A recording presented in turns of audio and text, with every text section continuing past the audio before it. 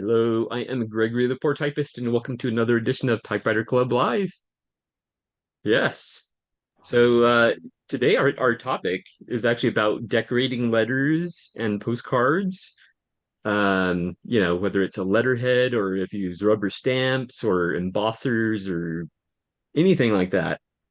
And this excellent topic came up or was presented or suggested by Benjamin S. in the UK.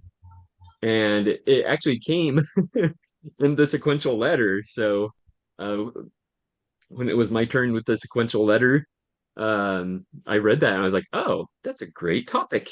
So there you go. I scheduled it for today. Yeah. Fun, Susan, fun. how are you doing? Who are you How are you asking? doing, Susan? Oh, I'm fine. I'm good. I think there's probably a bit of a delay, Greg. Is And there? Oh, I Well, just a little bit. okay. and I love this topic because I love paper and I love this topic. So the dollar store is my friend. And I buy a lot of cute rubber stamps at the dollar store. Oh, let me zoom in on you. And there's actually a typewriter on this particular sheet. Oh, cool. Lovely. Um, so that's fun. And I also recently got from the dollar store this stamp. It's a Oh yeah, lovely bicycle bicycle.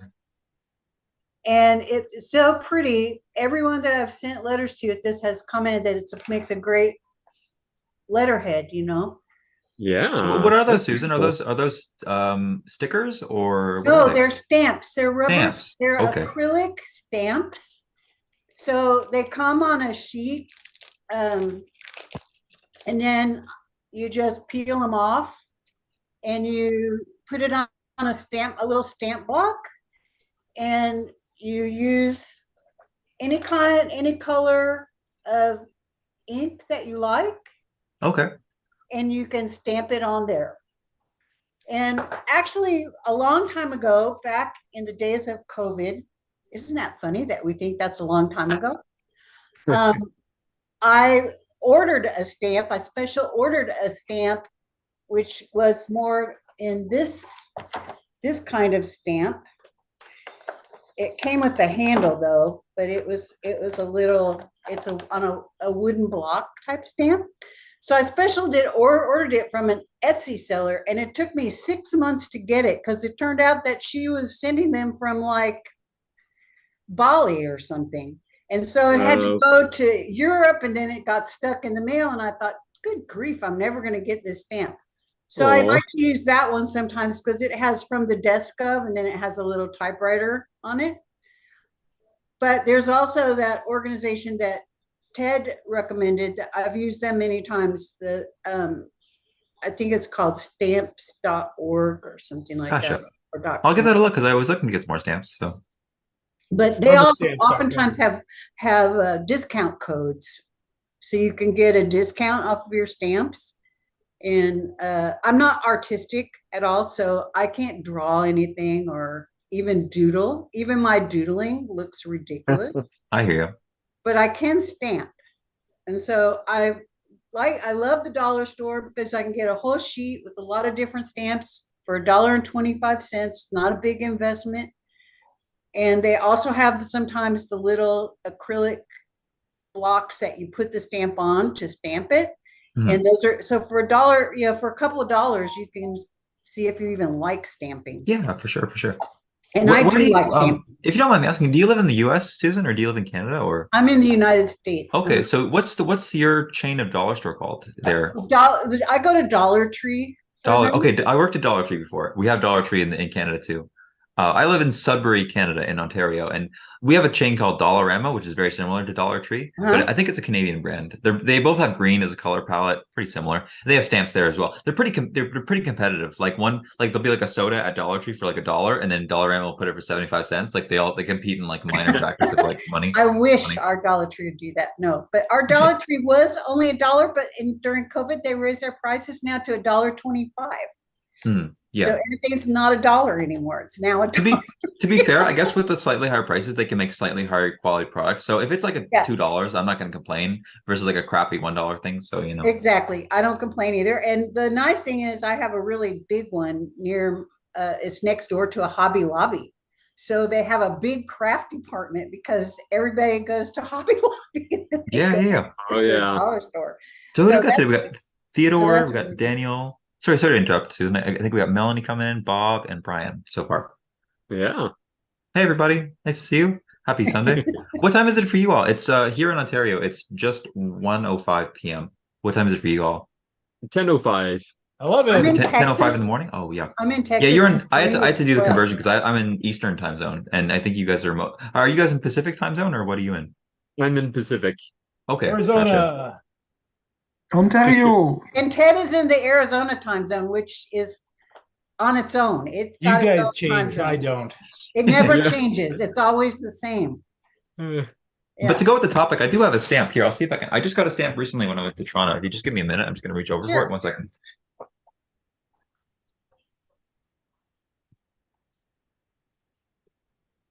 yeah, I keep meaning to get some of those acrylic blocks to All use right. those stamps. Yeah, I got this. Yeah. There's a place called. I'm trying to think what it was, but it was actually a store that sells uh like anime and kind of like Asian kind of like stuff. So like for different Daiso. cartoons and like kind of like Uh-huh. what they call it like manga. So basically the Japanese and like Asian version of comic books, different kind of. But anyway, they sell all sorts of things there. And one of the things they sell is these stamps like this. It's a very simple, cheap stamp, but it's like a little green one, and you take it off, and then it's a little plant design. So I've been sending that in some letters. It's a very nice kind of like a Oh, little cool. cute flower. Hmm. It's not. I thought green would go good with the kind of an earthy aesthetic, but Hmm. yeah, simply you just stamp it on there. It's a really tiny thing. I think it was about $3, and this was about $1, so $4 together. So a bit more expensive than the Dollar Tree, but they don't. We don't have many stamps in the Dollar Tree here, or like yeah. So that's one way I decorate my letters. I'm a bit of an artist, so occasionally I do make the little doodles of whoever I'm sending a letter to. The crappy thing though is if you write a nice letter, right? And you make the doodle and you mess up, you're like, oh God, I gotta fix this. I don't want them to have a bad impression. Like I'm gonna botch their drawing, or you know what I mean? So I try and do a good job when I draw someone. Sometimes I like to do the little doodles for fun when I send someone something. Yeah. What I've tried to do lately is I've tried to send.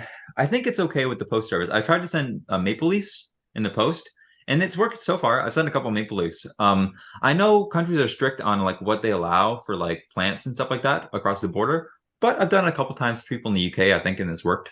But sometimes they're very picky, the Canada Post. Like I sent a letter with like a pin, a little like button to someone in the UK, and they wanted me to pay a little bit more than the rest. So I think you pay about 250 to send a package, like or send a little letter overseas to internationally. And they stopped it. They said, we want you to go to the post office and pay more or put another stamp on it.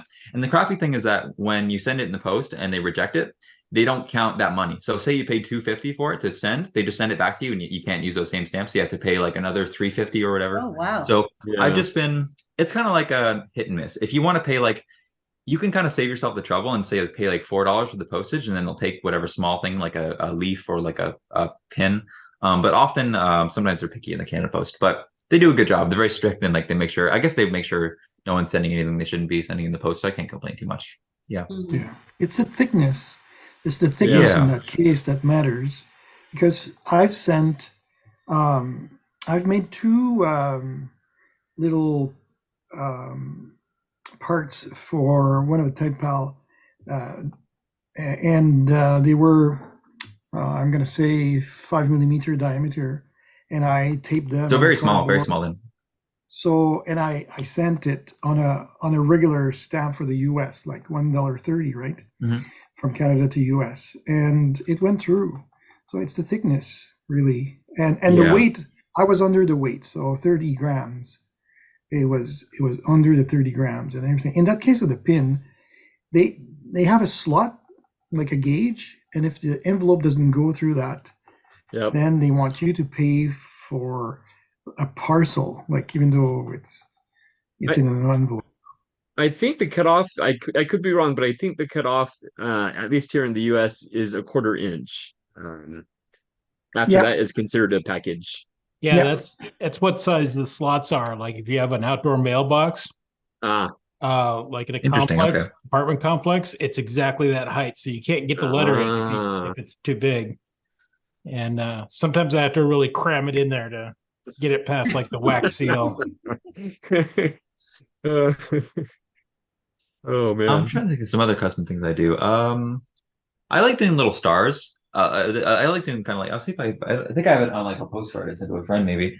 Okay. Here's like a little doodle I was sending him. This is just a Oh, so I cool. guess for context, like so if anyone that doesn't know Sudbury, Sudbury's like a big place, right? So it covers I think something like if you can imagine, so I'm living in a place called Blizzard Valley, right? And it's about 30 minutes by bus into the main city area of Sudbury. So it's easier for me to send a letter rather than take the bus to see, even though we're in the same city, technically, it's a bit easier for me to just send a letter. It's like living in New York. If someone lives in like Brooklyn and you live in like the Bronx, it's easier to send a letter than take the subway for like 40 minutes or whatever, you know what I mean? So, but yeah, I like doing these little kind of like stars. It's a simple design. It looks kind of fun. There's a little drawing I did for my friend. That's supposed to be me doing a little wave for fun. Yeah. And I got these nice there's these nice retro postcards that they sell at a pawn shop for about $1, which are really cool. This one's the Canadian Imperial Bank in Toronto, Canada. Pretty cool. And they sell them Yeah, cheaper very than cool. like the Canada Post does. Canada Post is about $4, $5 for like a postcard. So Ah, that's Canadian. That's Canadian. So it's probably about $3 US. But yeah, yeah. what kind of Excellent. things do you do, Bob? Can you think of any ways you personalize your Oh yeah, letters? Andrew. Oh, sorry. I'm taking over your we talk. we Go have, ahead, we have Gregory. a I'm sorry. I'm particular sorry. order we go in, so Sorry, my bad. Well, this is clearly an area for me that I needed to up my game because I just use like plain white paper and I've gotten a couple letters from typos. Oh man, that's really creative. I was just gonna say I got to do better. So one of the ideas that I did come up with just this past week is my dad. My dad was a commercial printer when I was growing up in downtown Cleveland. He was a part owner of a small printing outfit, and I have a couple of pieces of memorabilia for him. I'll just grab one real quick. Mind you, he left the business, oh God, more than 40 years ago. And, he sold out to his partner. The partner since has gone out of business, but I don't know if that'll show. Yeah, I think it does. That was the logo. It's called Oxford Press, which was, I always wish I would have asked my dad about that because it had absolutely no connection with Oxford University, although they use a little Oxford logo up in the top part of that. You can see the artwork up there, sort of like an Oxford logo. I tried to duplicate that, and so I kind of created my own little letterhead using that, but I could not find that picture of Oxford anywhere. So I think they just kind of made that up. Plus, I Hmm. know that my dad he never left the United States, so he's never been to Oxford. He graduated from 8th grade and went to work, so it's not like he's a scholar. But I always wish I had asked him why they chose that name for the business. Whether they bought, I don't know whether he and his partners bought an existing business that already had that name, or whether they started the business and decided to name it that. But anyway, that was my idea for what I can do instead of just using plain old white paper. I created my own little letterhead now using my dad's old business. That sounds good, Bob. Cool. I guess it just But sounds like a still a nice lot name of too, room for Oxford. improvement. I kind of came here today to just see some of the other ideas that are out there and learn. very cool, very cool. All right, back to Susan. But Gregory, before I forget to ask you, did you get the Yes. stories that I sent you? Yes, yes. I it's excellent. I'll respond in more detail, but Okay. oh my goodness. Oh my goodness. You're on to something good there, definitely. Are you Yeah. talking about poetry you did, or like poetry or writing or something like that you did, Bob? Or What's that? what are you talking about? Are you talking about like fiction writing you did, or nonfiction, or something like that? Yeah, I mentioned that last week briefly. One of the things I like to use my typewriters, and this is where the genesis does, is that you get a little tired of writing things about the lazy dog and the quick fox For sure. and what all good men should do. And so, finally I just kind of started having the typewriters almost like talking to each other, telling their own stories. And that kind of just evolved into, looking at the typewriters and looking at, well, the age of this typewriter is this, what could it have done? And so I created these stories. I've got 3 of them done now and more ideas for others, in which the typewriters tell something from their past. They're written in first person by the typewriter. And I think the one that I sent to Gregory was Smith Corona Corsair Deluxe 1967 that ran away from home with a girl from Minneapolis to San Francisco in the summer of 1968. And That's a lot of the fun. typewriter's adventures there. I got another one. I can't remember what the other one I sent you, Gregory, was, but there's another one that it's an 1890 Calligraph 2. That one appeared at the 1893 World's Fair in Chicago, which was quite an event. It really, truly was a big time event. And there was a paper machine there. They actually built a running paper machine. And where I live here in Wisconsin, it used to be big paper industry. It's kind of fallen apart now, but was big paper industry town for a long time. And the paper machine from that World's Fair in 1893 ended up coming up here. So the typewriter came up here with it. And first person stories about experiences about typewriters. That's kind of nice because I guess you already have like a writing prompt. Because I know sometimes when you do writing, it's hard to, you're like, what do I write about? Do I write about the ocean? Do I write about my family? But with that, you already have like an idea for what you want to write about. So it helps your creative kind of flow. Yeah. I honestly hope you get to the point where you could put them together in the book, because I think that would be a lot of fun. Well, thank Definitely. you. Thank you. Definitely. I can't remember. Did I send you the third one? No, just two. Oh, okay. Yeah, the third one is actually the third one is truly just historical, and I just plugged the typewriter into it. And it was Wow. based, it was in July that I wrote it. And the typewriter is a Hermes Rocket 1960. And I ended up putting it in the hands of Bill Sapphire, who was President Nixon's speechwriter. And the moment was on July 16th of 1969, when Bill Sapphire wrote the speech that was never delivered. It was what would happen if the astronauts had landed on the moon but were unable to leave.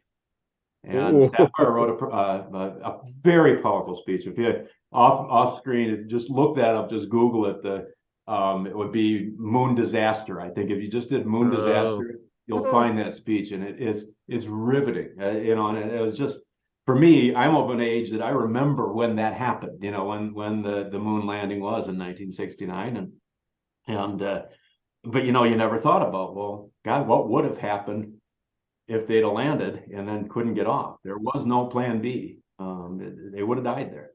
Yeah. So anyway, I plugged the typewriter. The typewriter was the typewriter that wrote that with Bill Sapphire. Wow. That's very cool. And tell the story. So I did use the actual words from the memo too. I incorporated them into the little story. But yeah, it's kind of fun. I just had a lot of fun doing it. Yeah. Very cool. Very cool. All right. Yeah, so back to Susan. No, we're doing fine. Okay, okay. I don't really have anything else to add. I mean, I like to use stickers too. So I use stamps and stickers, and as I've said many times before, I like all kinds of paper. Everything from decorating plain paper to getting the vintage already decorated computer paper and things like that is appropriate for various holidays and all that. But I mean, yeah. And I also like to decorate my envelopes. So Yes. I like to put things on the outside of the envelopes. I collected some little stamps that were vintage office stamps or used office stamps that say things like confidential or Yeah. return to sender, not found at this address, stuff like that, Yeah. fun. And put little airmail stickers that I've found, thrifting and at estate sales and garage sales, because you can find a lot of these things very inexpensively at a garage sale because people don't value them. So, I mean, I really am big on saving things from going to the landfill. So you can get paper very inexpensively when people have yard sales, garage sales, or estate sales compared to what you would pay if you shopped on Etsy or any of those other sites, which I appreciate that people are trying to make a living, but good grief, Yeah. it's It's just expensive, paper. yeah. Right. Yeah. and wasteful. Yeah. I have a Yep, quick yep. question on something that Susan brought up. Are there rules from the post office about what you can and can't put on the envelope? I mean, I know they have to be able to read the address, but do they have regulations on that? Have you ever Nothing's looked? ever been sent back to me yet. Yeah. So I mean, I don't go that crazy. I just try to I want the person to appreciate that I have taken the time to decorate it, but I don't want it to be over decorated. Yeah, kind of tacky or anything. Mhm. Yeah. You might want to read the USPS rules or guidelines because there is kind of a maybe there's an interpretation there about how readable the envelope is, and there's an issue about color, like if there's a lot of color or different ones. And I know that I received once an envelope from a type pal, and it was a beautiful envelope. It was basically, if you imagine um, colorful flowers on both sides of the envelope, right? So colorful flowers in maybe 3 or 4 colors, like red and blue and green and everything on both sides of the envelope. And the machine, I think the machine was not able to read the envelope or the address because it double printed on the back the stamp. You know, when they want to stamp or put the date postmark. and cancel the stamp by the machine, there were 2 on the back and 2 on the front. And at the bottom, at the top, on the back, there were 2, one above the other.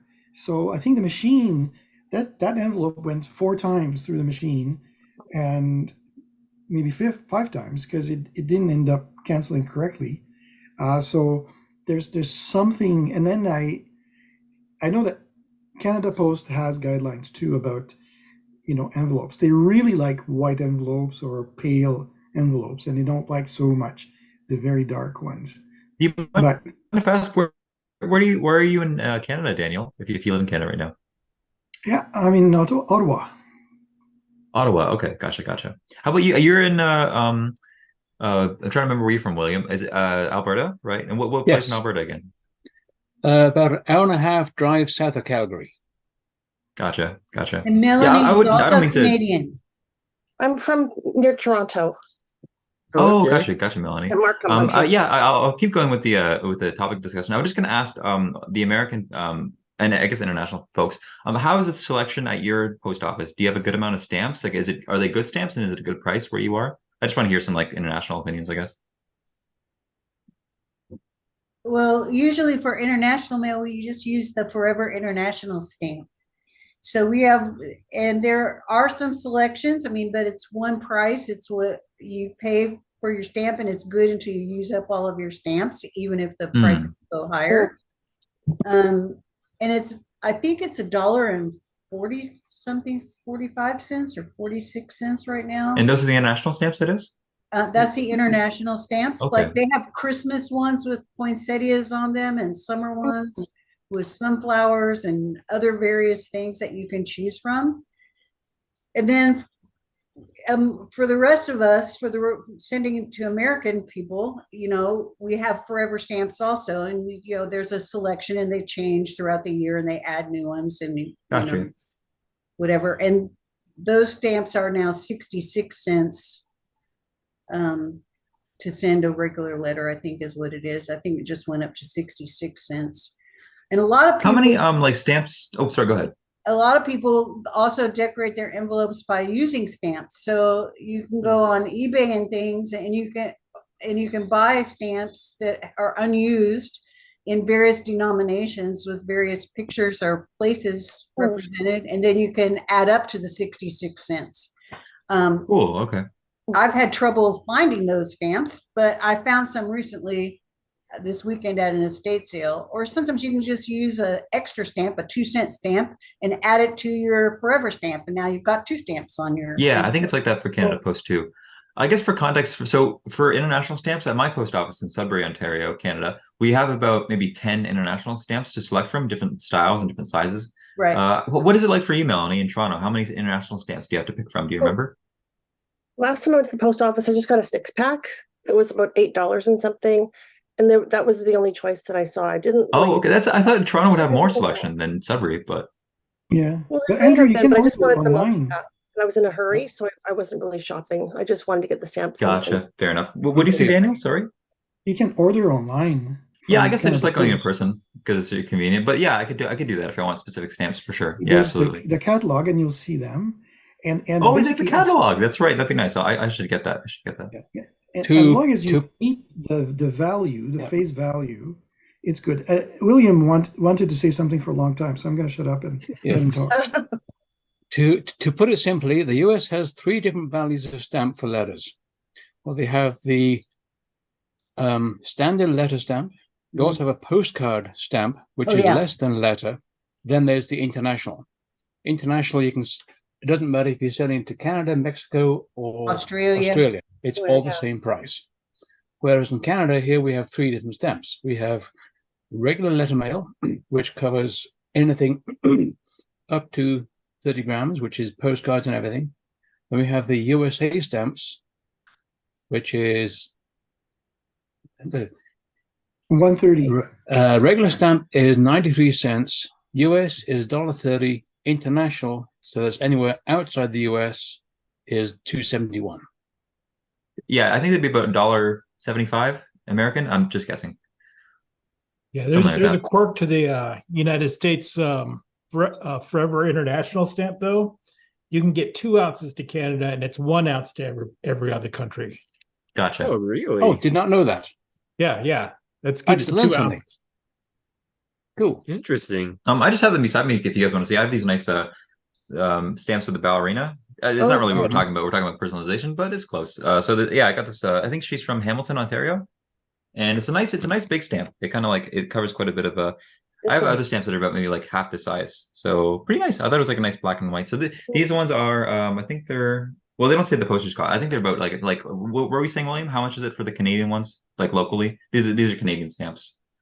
To buy stamps is 93 cents if you buy them in a book. To buy them individually, it costs you $1.07. Yeah, because it's you got $1 it. Yeah. plus GST.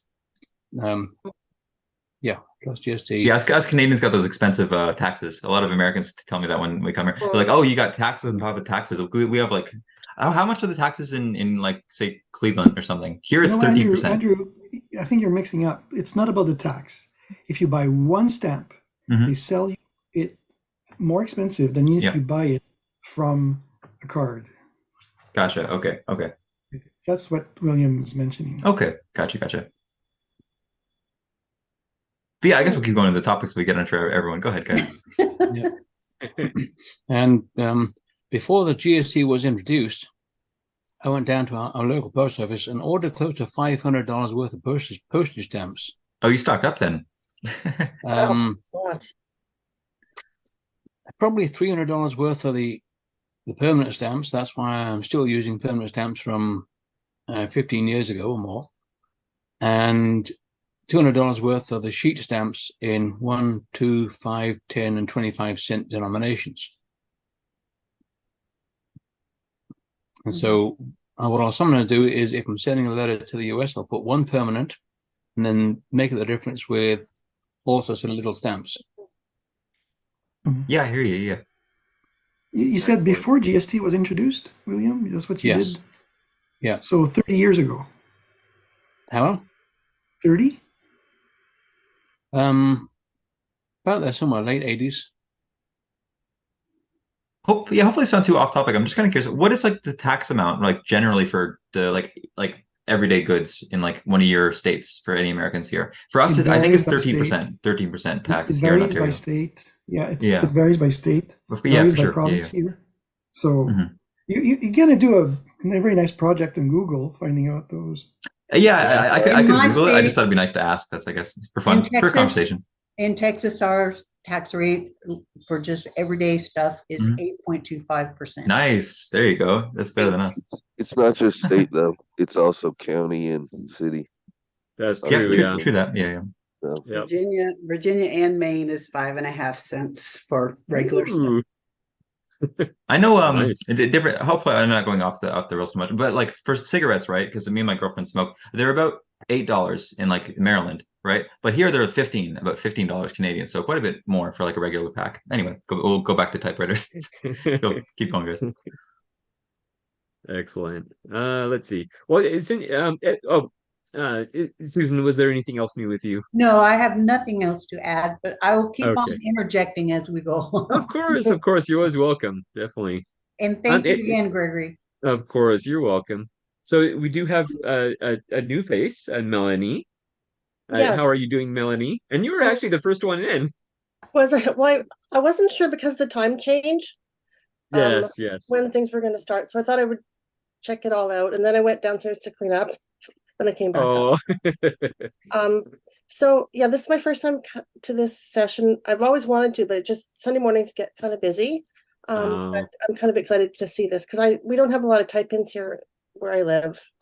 I was gonna maybe try to start one up, maybe do one even at my house if people wanted to come, you know. Uh, People could come up to my office and downstairs we've got lots of places to sit down. But nice. I just wanted to show you guys something. So to personalize my letters, I have some stamps as well. So these are typewriter stamps, and you could put different messages inside where there's paper Oh, yeah, cool. on the typewriter. So I will use it kind of as a letterhead. So for example, Ah, just nice. Very they're the nice. best. Yeah. But you could even type anything in with your own typewriter in that little space, which I thought was kind of cute. So these are from a company called Stamping Up. I think it's an American-based company from Utah. I don't know if you guys have ever heard of it, but I used to be a sales representative. So I collected, you can probably see in the background there in the corner, Yep. move my typewriter. That's just like about maybe 10% of the number of stamps that I have because I've got them in boxes and stuff. I just can't store them properly. But I don't really use them all. I need to actually get rid of some of them, but they come for different occasions, flowers, nature, and lots of word stamps as well. So it's really easy to personalize and send messages. And I make cards with them all. So this is oops.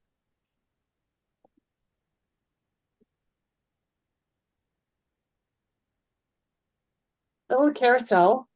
Oh, Can you guys see cool. Yeah. different cards that I've made? Um, Wow, and nice. and I do personalize the envelopes as well. I'll put a little stamp on the back, but on this carousel is a letter from Curry Russell from Willow Creek Typewriters. You Yes, guys heard of yes. him? Oh, yes. Oh, yes. So he wrote this letter, just a little note, because he got me a part for my Remington quiet writer. It was a knob from a platinum knob from Brendan Raftery. Yes, we know him too. Um, so this is what got me interested in all the different typefaces. Is he sent me this note in an italic pica, and I'd never Ah, seen it before. I didn't even know there were different typefaces when I first started collecting. So I said to him, "Where can I get one of these?" And he said, "You really can't. You just have to. It's like a treasure hunt type of thing." So then off I went on my pursuit of different typefaces, and now I have almost 20 typewriters. And I only started, I think, in February. But okay, wow. that's how the interest all started. But yeah, it's definitely a lot of fun to do it, to collect them. And I'm only really after the double Gothic now. I think that's all I really want for now to make me happy. But Yeah, very Yeah. cool, I think I Melvin. Thanks probably for still sharing. want something. Yeah. I don't think I've seen all your typewriters. Would you mind telling us quickly like what kind of typewriters you have? Sure. So I just got this last week on Thursday. It's the Royal Amen. HH, and it's a Vogue typeface. So I got that from TB Typewriters in Ohio. He's Trevor from Dayton, Ohio. Um, I've got a torpedo cursive 18. I think it's called 18.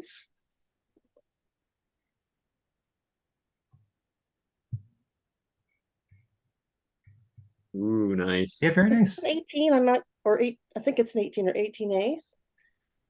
So this torpedo typewriter has a bit of a story. I got it originally from Richard Molman. He's from Illinois somewhere. And when it came, he packed it upside down in the box, and the case was crashed, totally shattered. And the ribbon cover was also broken. And as it happened, I had bought a exact similar typewriter with just a regular Pica pad or typeface that I was able to use for parts to repair this one. So I've got a typewriter person that was able to salvage this one by using the other one for parts. Great, that's convenient. So Nice. now I've got a parts machine, but I was really lucky. We shipped it through Pirate Ship. Do you guys use Pirate Ship? I haven't heard of that. It's reduced shipping. It's only available from the States, but we bought insurance. And I was able to get all my money back within like 3 weeks, I think it was. It was really, That's pretty really good, well yeah. done. Yeah. And I can turn my computer over here. Those are perfect shelf spaces you got for the typewriters. It's like a great size. Yeah, and I also recently acquired this cabinet. Can you see it? Yeah, we can see that. I think, yeah. It's an IKEA cabinet, and That it looks holds like a 12 pink typewriters. QDL.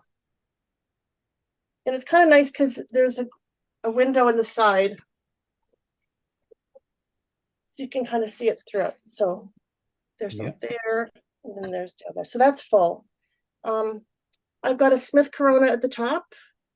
Then there's a Hermes 3000 cursive. This is a Royal QDL. That's an Erica 5. Then there's an Olympia with a script typeface. A Hermes 3000. That's not the round one, but it's the angular looking one. And that's got a cubic looking typeface. And then I have a Royal Safari with a Spencerian typeface. I've got a Smith Corona with a 6 CPI sans serif typeface. And then I've got a Everest from Richard Polt's collection. I was lucky to get that one.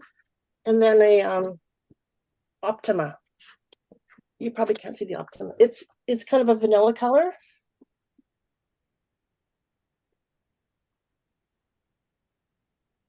Oh, nice. Bit of a tiny thing. And I was really lucky to get this locally for like $110, I think I paid for it. It works really well, except for the tab feature doesn't work properly, but I don't use that normally. Yeah, you don't need tabs. I use tabs all the time. Oh. Anyway, so that's most of mine. The Very feature cool. makes it nice. Thank you for sharing, Melanie. What was the first one you got? Do you remember? The first one was the Remington Quiet Writer. Cool. Do you remember how, like, was that when you were younger, or did you start collecting typewriters when you were a little bit older? I got it just this year. Oh, just so did you start collecting just this year? Yeah, like February. You've got quite the collection already. My goodness. Yeah. Thank you. Yeah, thank you for sharing. Yeah. One thing I will recommend, if ever you do have a type-in and have typewriters that have tabs on them, set a tab every 10 spaces. Okay. So that if someone comes along and says, "What's this button?" the carriage doesn't go zinging all to the end and break the right-hand margin. Because I remember when I was just turned 20, Mum figured she would teach me to type. So sat me down in front of a freshly serviced Olivetti desk model, and she said, "Explore the keyboard." The first key I pressed was a tab. I didn't know what it meant. The carriage went flying all the way across and broke the right-hand margin. I was told I wasn't. So I was told I wasn't to touch that typewriter again. Was it hard to fix? I had to take it back to the repair shop. Now this is back in '81 when typewriter repair shops were still plentiful. Mm. Yeah. Do you have many typewriter repair shops near you right now that operate? Actual repair shops. Sean Barley runs YYC Typewriters. Mm. He does some repairs. Brentwood Business Equipment used to be a repair shop, but they closed during COVID. Mm. Robert Solstice in Lethbridge, before he retired, he was the typewriter repair specialist. He was also doing the business machines for Staples, I think, and Okay. Staples or what it was. And so when the company sold or wanted to get rid of all the manual typewriter repair tools and equipment, he just said, "Well, I'll buy them from you," and set up his own typewriter shop in his garage. Oh. So, but he has now retired from that. As far as repair shops, not much around here. Mm. What's your town like, William? Is it a little remote, or is it a bit of a town or a city, or? Staveley has a population of 450 people. Yeah, so pretty remote then. Mm. Yeah. Just off Highway 2. Next town south of Claresholm. Next town north is Nanton. So if you drive south from Calgary and come to a pair of traffic lights, you've gone too far. I'll have to look at where you are on a map. I thought about a fun idea where like I could get a board and put all my pen pals on it so I can see where they are. Because sometimes I get a letter from people and I'm like, I wonder where this is. I have to look at a map sometime, you know what I mean? But if I get a billboard with a map, like a world map for like whatever, like $10, I could do that. Just quickly, for Bob, you were talking about moon stuff earlier. I got this vinyl record of like the Man on the Moon audio because you were talking about the other alternate moon transition. That's not typewriter related, but I just thought I'd say it because you're talking about it. Anyway, go on, William. Go, please. I forget what it was now. I think we were What was it talking hoping about typewriter repair shops near you.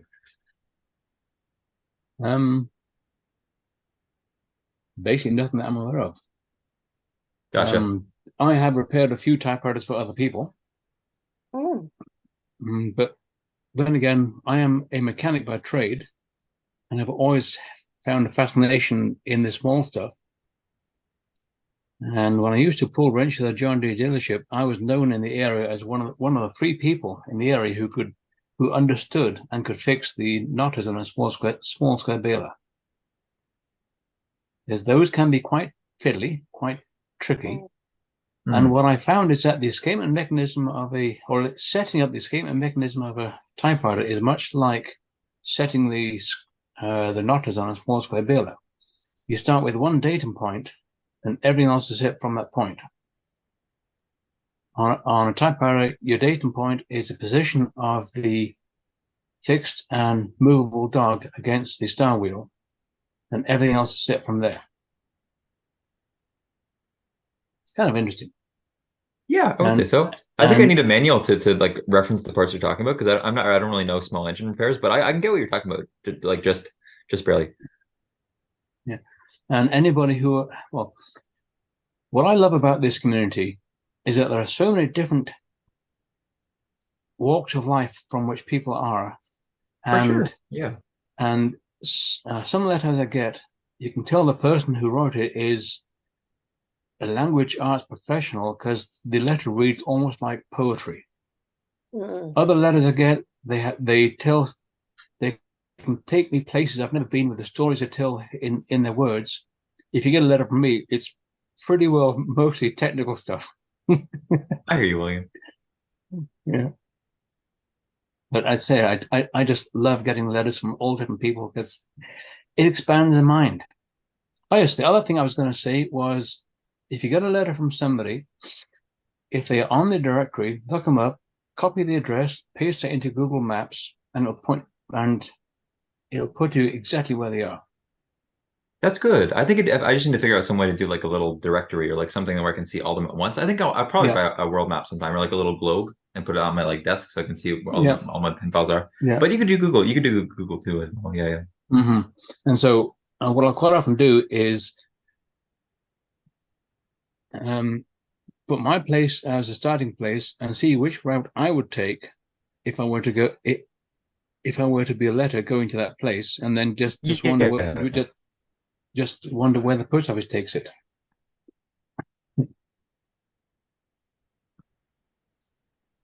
Okay, Why so don't do you want to go do you want to go on with the topic, Gregory? Because I remember I was asking other people, who were like, oh no, I don't want, I know you're the director. I don't know. I think Gregory's there. You know what? I don't know if Oh, Melanie, if you are done or you want to keep no, going. I'm done. I'm good. Yeah, Very interesting. thank you. Excellent. Thank you. And it's so good to meet you, Melanie. And you're one of us now. Yeah, So you're And always that's welcome back. yeah. I'm Thanks. happy to have you. All right, let's see. Uh, it looks like Ted is busy, so for now we'll skip to Daniel or Danielle. I'm sorry, Daniel. yeah. Hello, everyone. Good to see everyone.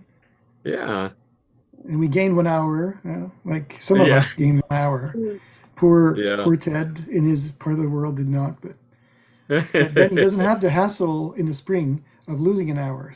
Exactly. Yes, So that one like hurts. I think he's winning on that one. Yeah. On the trade.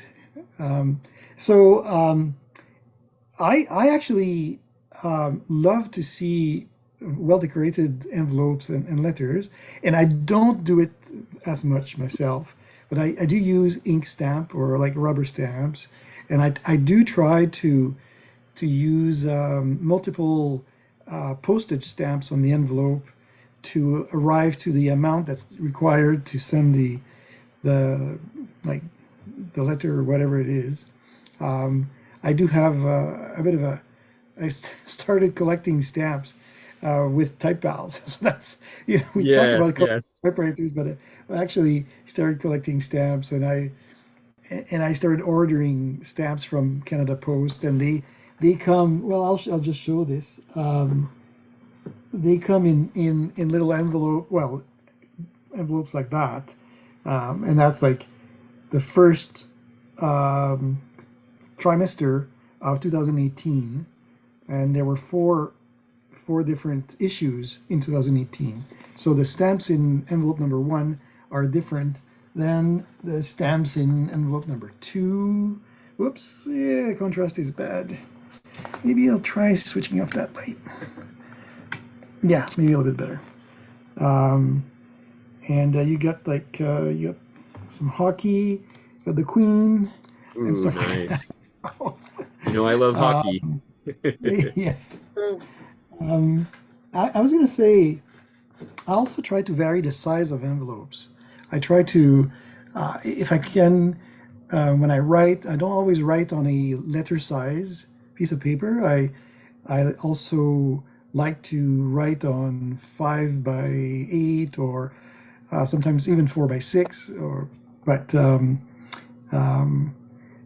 when at one point Eric Tidd was saying on this meeting maybe a year ago that he collected hotel stationery. And Ah, since then, every time that I went to a hotel or an inn, I picked up some stationery. And the last one was in Victoria, BC, last. Well, you can't see it very much, but like there you Oak go. Bay Mm. Hotel. And so that's an example, but I have others.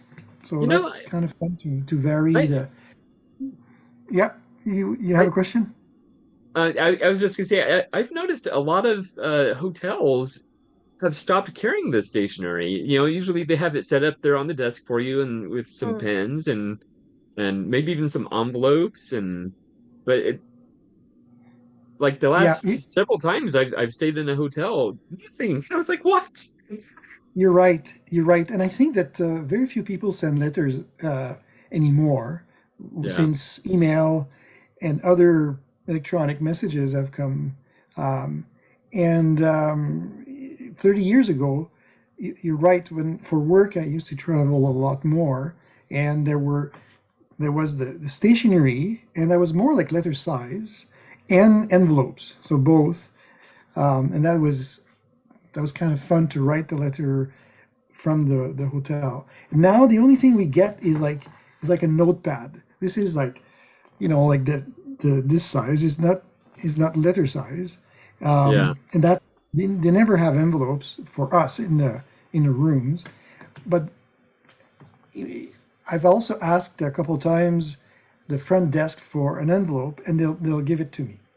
So Oh, so they don't provide them in the rooms, but they might have like their own for their own use at the yeah. front desk. That's a good point.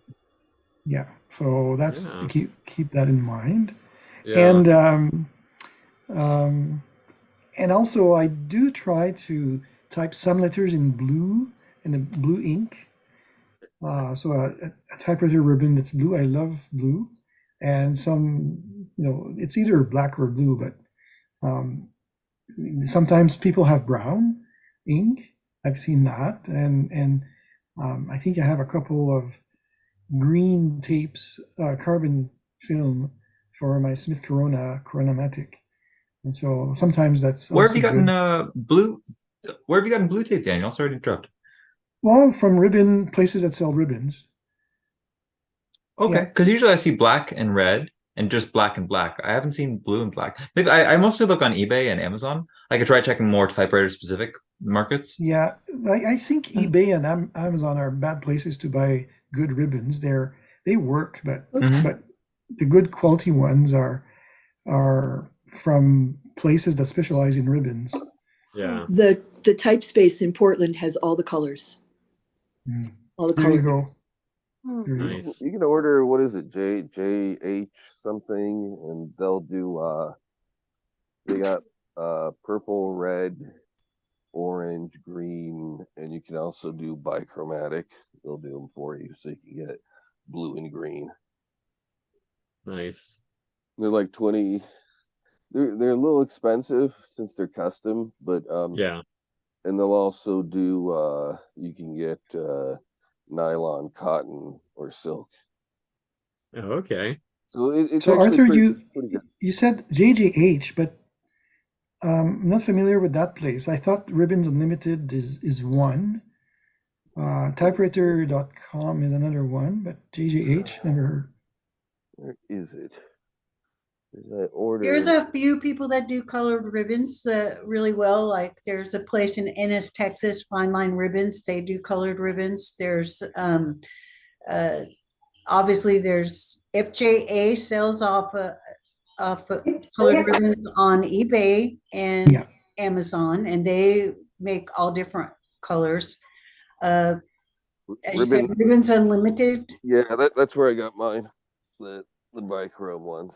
Uh-huh. I'm trying to think of any stop because I like blue. I feel like blue might be like a nice complementary color to black. Yeah, where have you guys got your blue ribbons from? Like where'd you get it from, Daniel? From Toronto Typewriters.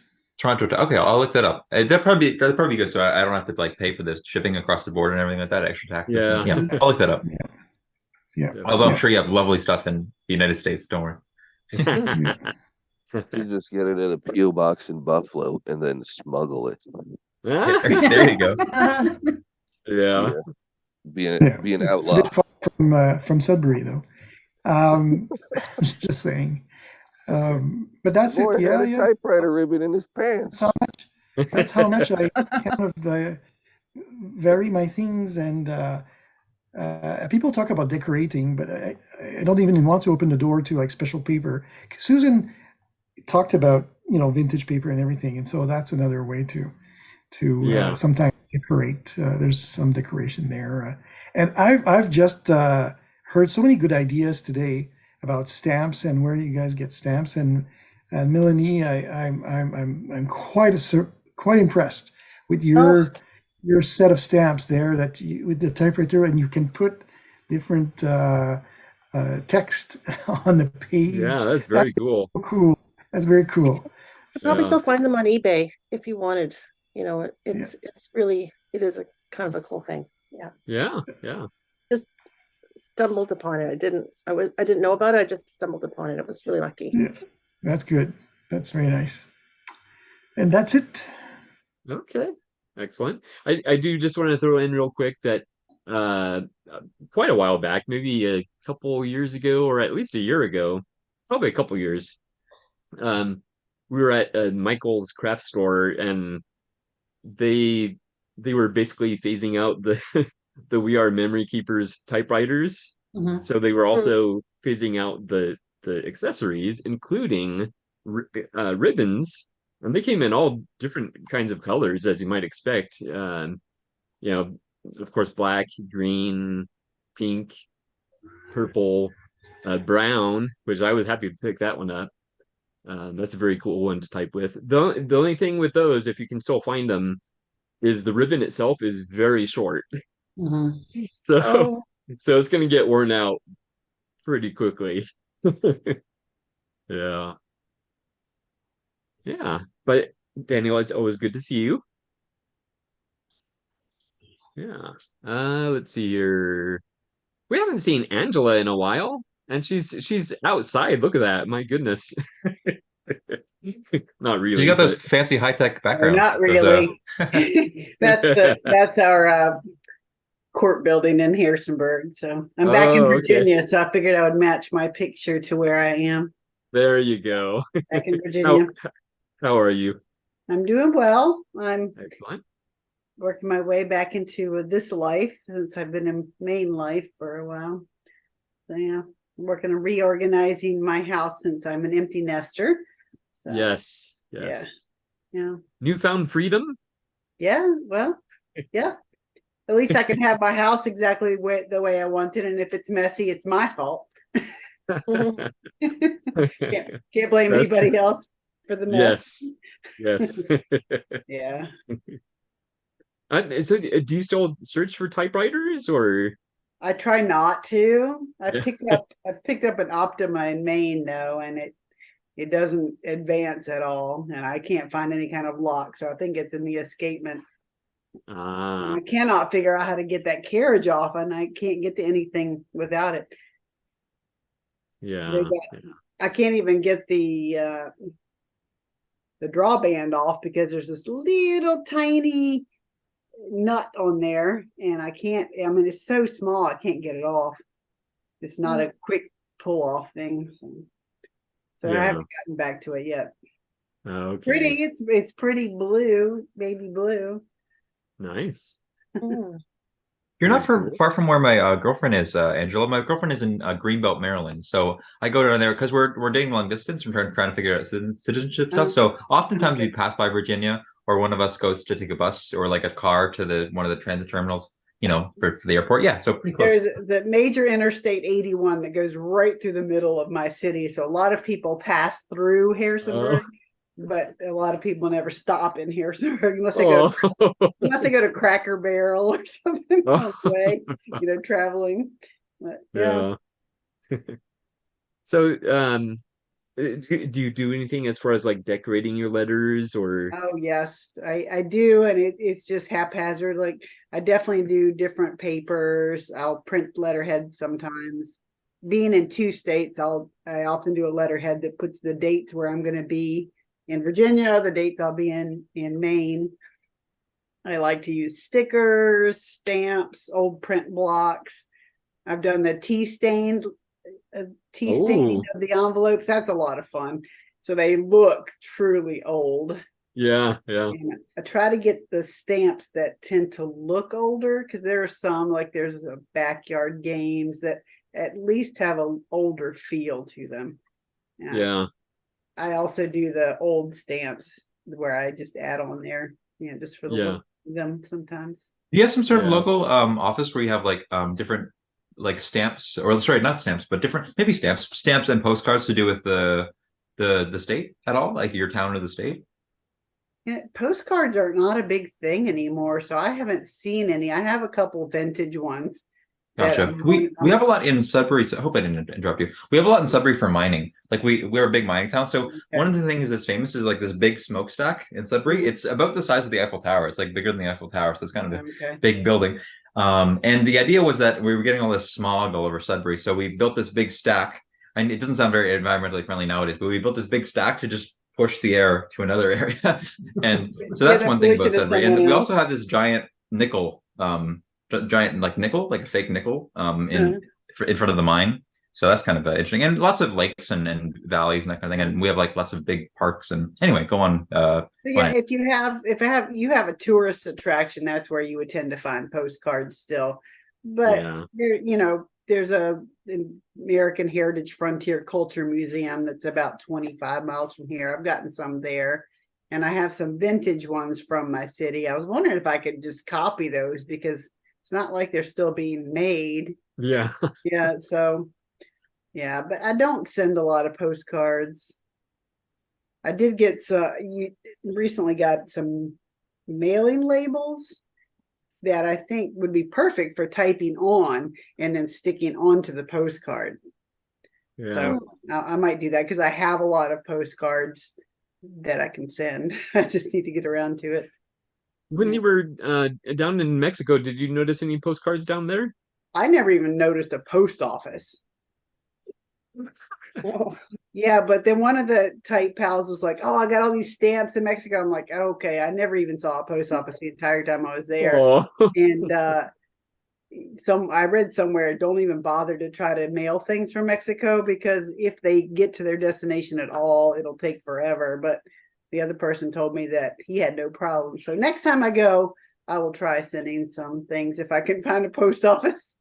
Yeah. What are the post offices like in your area, Angela? Is it like built into another building, or is it its own building itself? Both, mainly they're Both. Okay. separate. Yeah, and it's totally different in Maine and Virginia because in Maine, every little town has their own post office. Gotcha.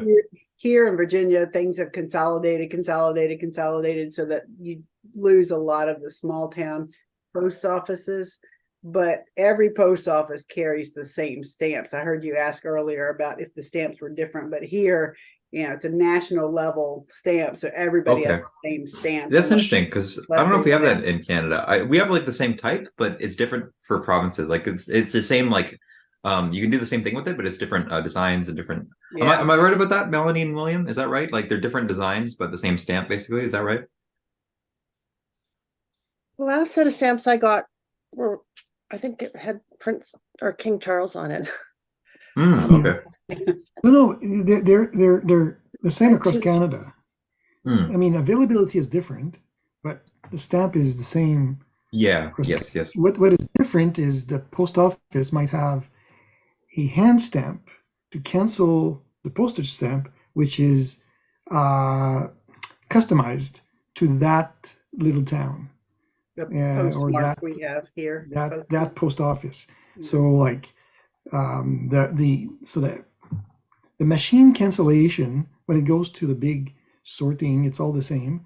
But little places, or even in Shoppers Drug Mart, if you go there with your letters and you ask them to cancel the stamps, they have a customized stamp for that location. Yeah, it's pretty neat. For any non-Canadians, Shoppers Drug Mart is this drugstore, a bit like CVS, where a lot of our post offices are built in. Like Melanie could probably attest that we have I lived in Toronto, and a lot of times in Toronto, the post offices they're kind of hidden. There's a little sign that says Canada Post, but you go into the Shoppers and in the back there's the post office. Like it's usually like a little sign that you can find it easily enough if you're looking. I mean, you just search on Google, but they're a little hidden. Sometimes you don't always. They have dedicated Canada Post buildings, but it's kind of interesting, like the different like standalone in the state buildings versus like the ones we have here in Canada. Pretty fascinating. I'd like to see what it's like in like Europe or Asia for that kind of stuff. Well, Andrew, when you received the letter from me, it should have had a Stavely postmark on it. It did. That was lovely. Yeah, it was great, William. It Now- said first indoor rodeo. Is that right? First indoor stampede, something like that. The home of Canada's first indoor rodeo. Yeah. There you go. That's pretty cool. We that'd be cool if we had something like that, like home of Canada's smokestack or home of Canada's mining, something like that. That'd be cool. Mm-hmm. One more thing I've done to personalize is take magazines. For example, I ride motorcycles, and there are other people cool in the girl. group who ride motorcycles. So I might cut out a picture of a motorcycle helmet from a magazine and stick it on the back of the envelope. That's a good idea, Angela. I like music magazines and like art magazines. I should do that. I've done that for like collages for fun, but I've never done that in a letter. I should do that. Personalizes it to the person you're sending it to. So I have, the Goulet pen magazine. So I might cut out a fountain pen and stick that on Eric's because Eric's a fountain pen guy. There you go. Um, Very cool. The way I understand Canada Post's regulations about envelopes is you can send an envelope any color you want. Just make sure that the address is on a white label and is readable by the machines. Yeah. The labels Yeah, you I got it, get William. are, Yeah. these ones. You can put them through typewriter, type address on them, stick them on, and as long as you have a legible return address on the upper left-hand corner, it goes. Oh, cool. That's a good tip.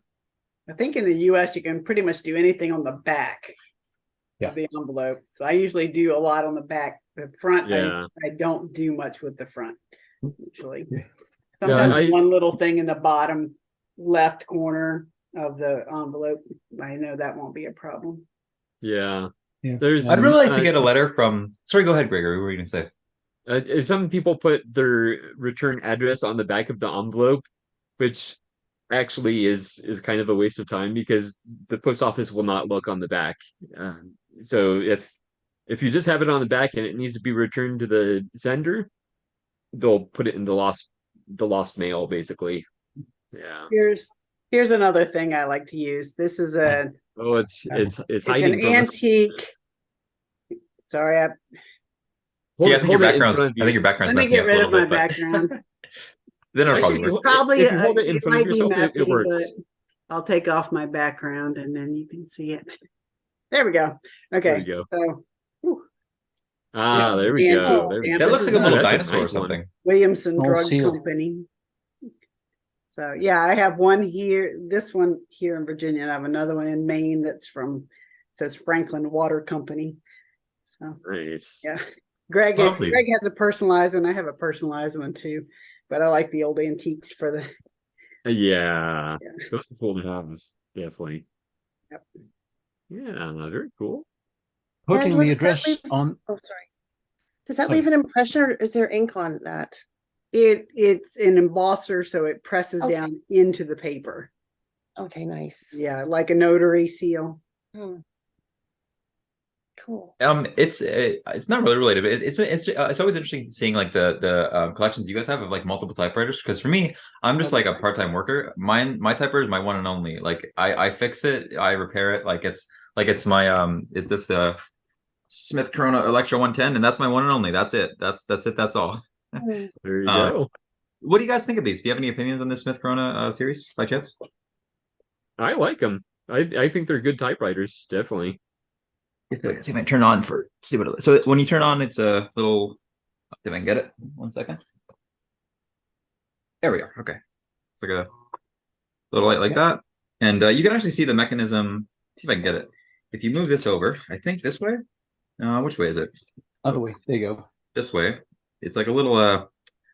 Hold on. Slide it forward. Oh, this way. Yeah. You can see. Yeah. You can see the belt going there. Pretty cool. Yep. And so this, you guys know you're probably typewriter aficionados, but it makes the typing just a little bit easier. So I like that because you don't have to apply as much force. So it's really nice. But I have the Singer branded version. Cool. I don't know what the Electra 120 is like. I think it's like just slightly better, basically. The only difference is that the 120 has a 12-inch platen, whereas 110 has a 10-inch platen. Gotcha. Yeah. Andrew, I have a whole. Angela's got the TARDIS again. Coronas in their predecessors too. One of my oldest typewriters is an LC Smith 2 from around 1909.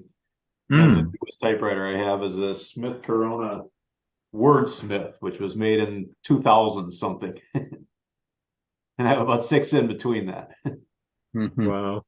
I like Smith Coronas. They're nice machines. Yeah. Actually, one of my favorites. I got it here. It's actually one of the first typewriters I forgot. It's a beast, but it's the LC Smith Secretarial number 8, green color. Beautiful typewriter. Typed really well too.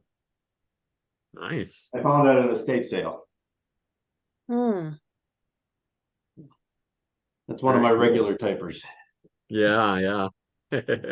That one has a story to tell. Yeah, I haven't figured out its story yet.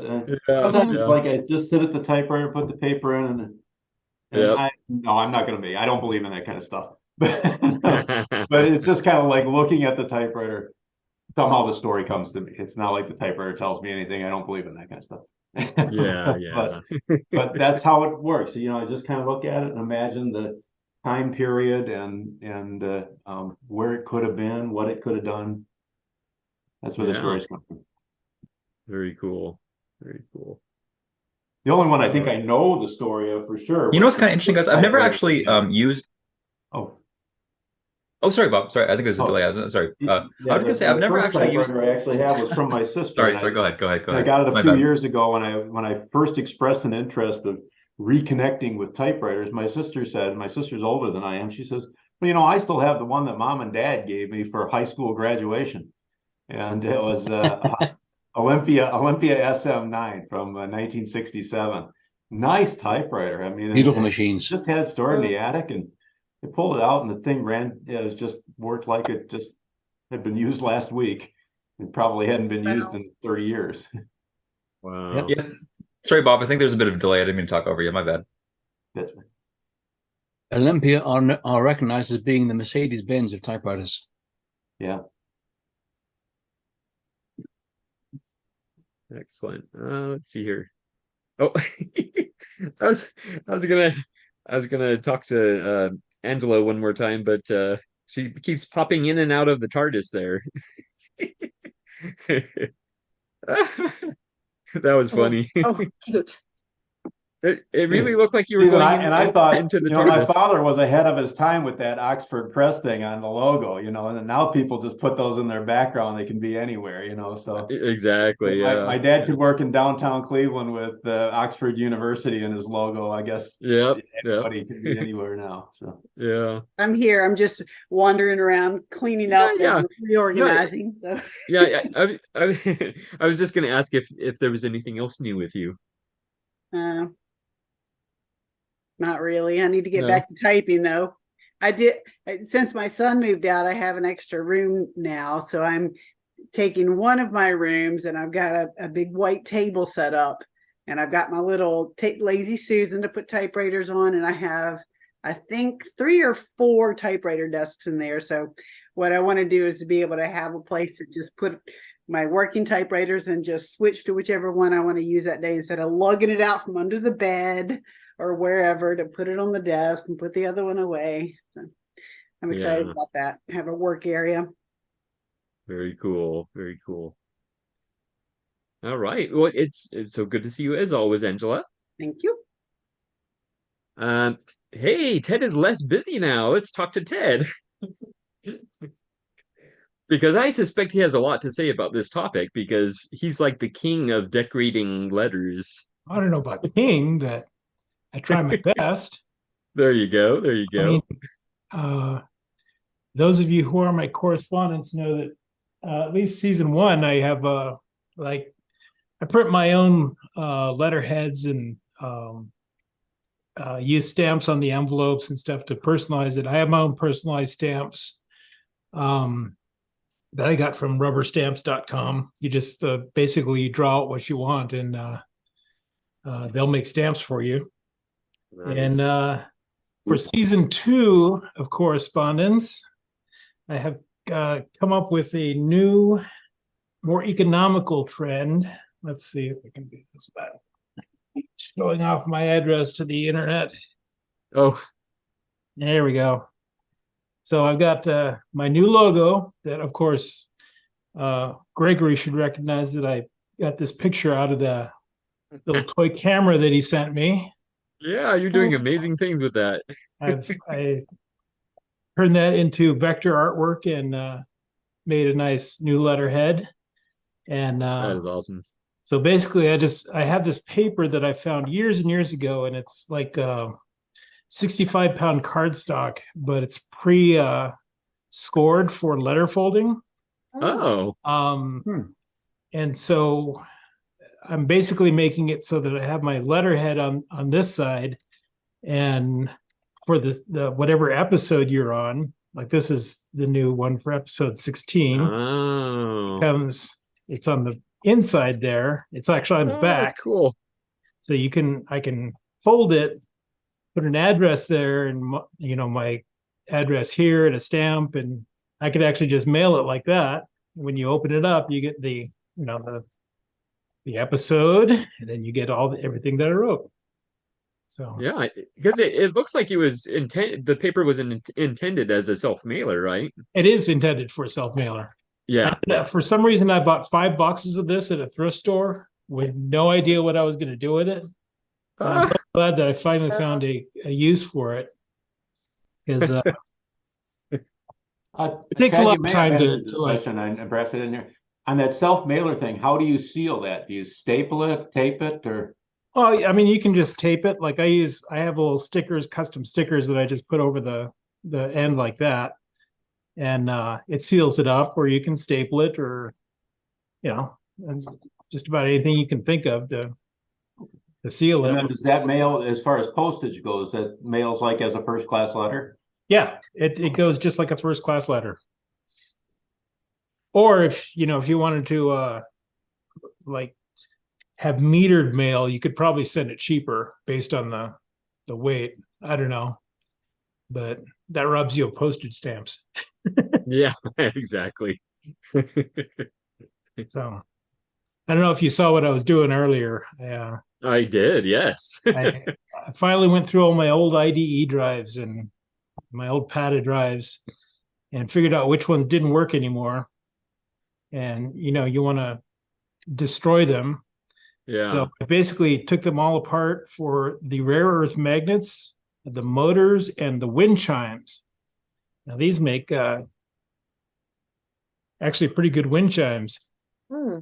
So I'm gonna, as it slowly destroys the data on them, it'll blow in the wind and put chips in the magnetic sides, and Yeah. it's sort Very cool. of a natural way of destroying your data. Yeah. I got quite a lot of wind chimes. Does it end up in the clouds then? What was that? Does all your data end up in the cloud then? I guess it goes up to the clouds. Yeah. In the clouds, yes. Yep. Birds, like I guess they'll assimilate a little bit of it and bring it up to the clouds. Maybe angels, you never know. Yeah. Yeah, so that's my mail game right now. Other than like I have well, you guys know about the 7 Left Hands of God mailer, which is for CDs. Which, Yes. I send those out occasionally for full-size CDs. Of course, the 3-inch CDs go in just a regular envelope and mail fine with a forever stamp. So I have a few formats that I use, but Yeah. I have figured out the perfect postage for each one, and they will go through and not be held up. Yeah. Excellent. That's about it. I mean, I guess I occasionally use other stationery, but lately since I've started with the Correspondence series, I've stuck with the letterheads I've made for that. So yeah.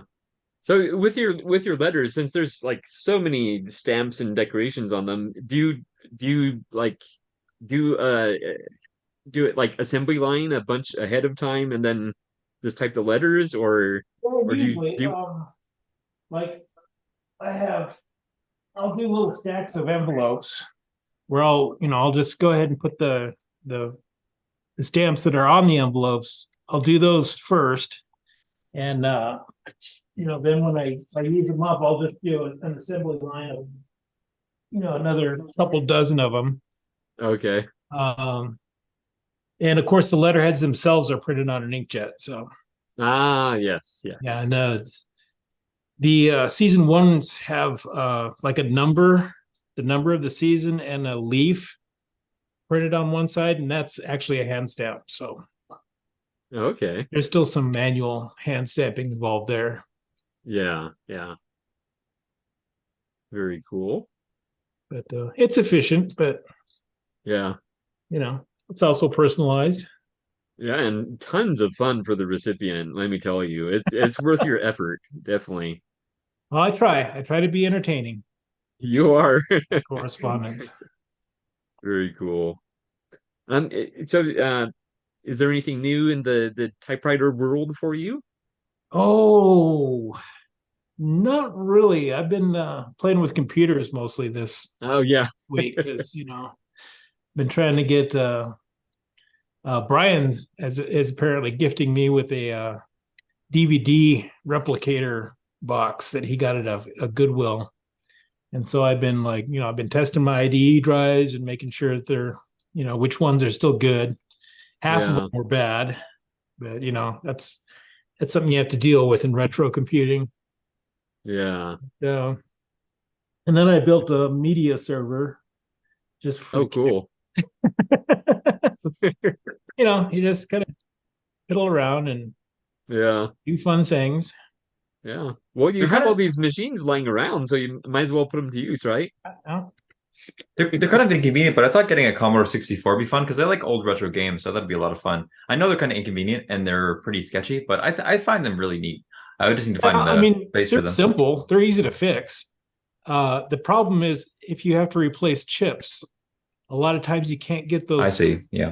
specialized Oh, ICs anymore. So, I mean, most of the time what you're replacing is just like either memory chips, which are pretty common. You can get the 16K memory chips or the 8K memory chips. Or you're replacing capacitors, which, I don't know if you're into retro computing, you know all about the capacitor plague of the No, not really. 2000s. I don't really have much knowledge about that. I just like I turn them on. I try and fix basic stuff like that. I don't really have much knowledge of the insides and outsides. I just try and play with the cartridges a little bit. I try and shake it a little. That's a sometimes I take it apart. I'm not really that technologically inclined in that way. I mostly just like tinker with them a little bit. But Yeah, well, once you get back to the 80s, you're pretty much going to be working with a soldering iron. Yeah. yeah. On sorry, go ahead. There are a bunch of emulators that you can get that you can use your original Commodore programs. I put my original Commodore programs on an SD card, and Cool, Larry. yeah, and you can easily get most of the old Commodore programs online anyway, and emulate them. And if I mean, it's cool to have the computer, but if you just want to play them, they're all there. Yeah, for Very sure. cool. I have an Atari 2600 I'm trying to get work. I just need the power cable, and it also has kind of an obscure. It has a coaxial cable, like not to get too sidetracked into video games, but like an NES, right? It has those like AV cables, right? Yeah. TVs nowadays still have them. It's not a big deal. But an Atari from like 77 or 78, it has the coaxial, right? Where you need you can do it with a new TV, but you need a converter. It doesn't even take like coaxial, like normal coaxial. It takes like a weird converter box. But they don't do over-the-air TV anymore.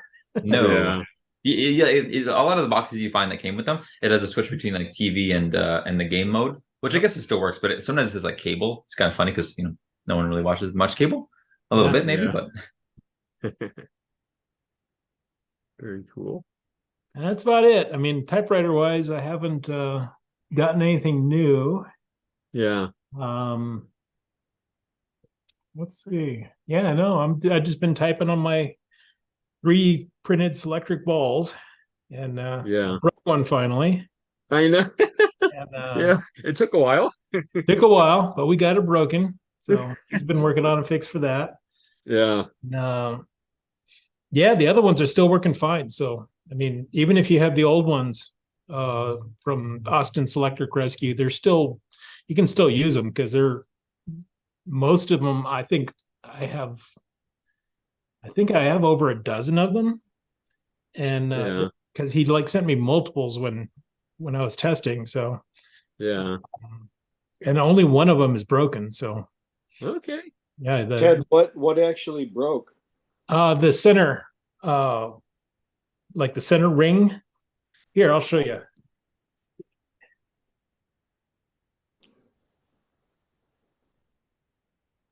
I would think that even with 3D printing, maybe the machine could make mistakes too. I don't know. No, I mean it could be a combination of just the design is kind of weak right there. Like you have Okay. just this little bit of plastic, and that's where all your torque is hidden. Yeah, The center exactly. shaft goes. Yeah. And then there's a keyed slot in there, and that's where it broke. Oh, That's what it causes the ball to go back and forth. yeah. And so he's adding a bunch more material at the top where there's a bunch of room, and Okay. he's going to strengthen that. And it could be, I mean, because this was like a brand new ball, and Yeah. sometimes when you print them and you don't let them sit and cure for a long time, they get Yeah. weak. So I think that's probably what happened here. Is I just started using it as soon as I got it, and Yeah. Yeah. probably put a lot of stress on it before it had actually completely cured. Yeah. Yeah, I guess that's kind of what I was thinking. Maybe not necessarily the machine making a mistake, because I mean, theoretically, the machine wouldn't make a mistake, but Yeah, if it that, was you know, there was malfunctioning, not there was work. just some fluke thing that happened, you know. Yeah, it's just a combination of a slightly weak design, Yeah. Yeah. you know, and then probably not enough curing, for not Yeah. enough time Yeah. for curing. I haven't used mine probably as much as Ted has used his, Yeah. but I have not had any issues with mine. And I just want to say that he does give a 1 year guarantee. And And you're set. knowing him, it would be longer than that because Yeah. he's just the sweetest guy ever. So if you Well, have any issues, just contact him. Just email him, and he will take care of you. Yeah, he's got the best customer service. He does. Yeah. Excellent customer service. And if you figure what he's charging for them, I still think they're It's crazy. underpriced. He's way undercharging for these things. He Yeah. could be getting 3 times as much as what he's charging. Oh yeah.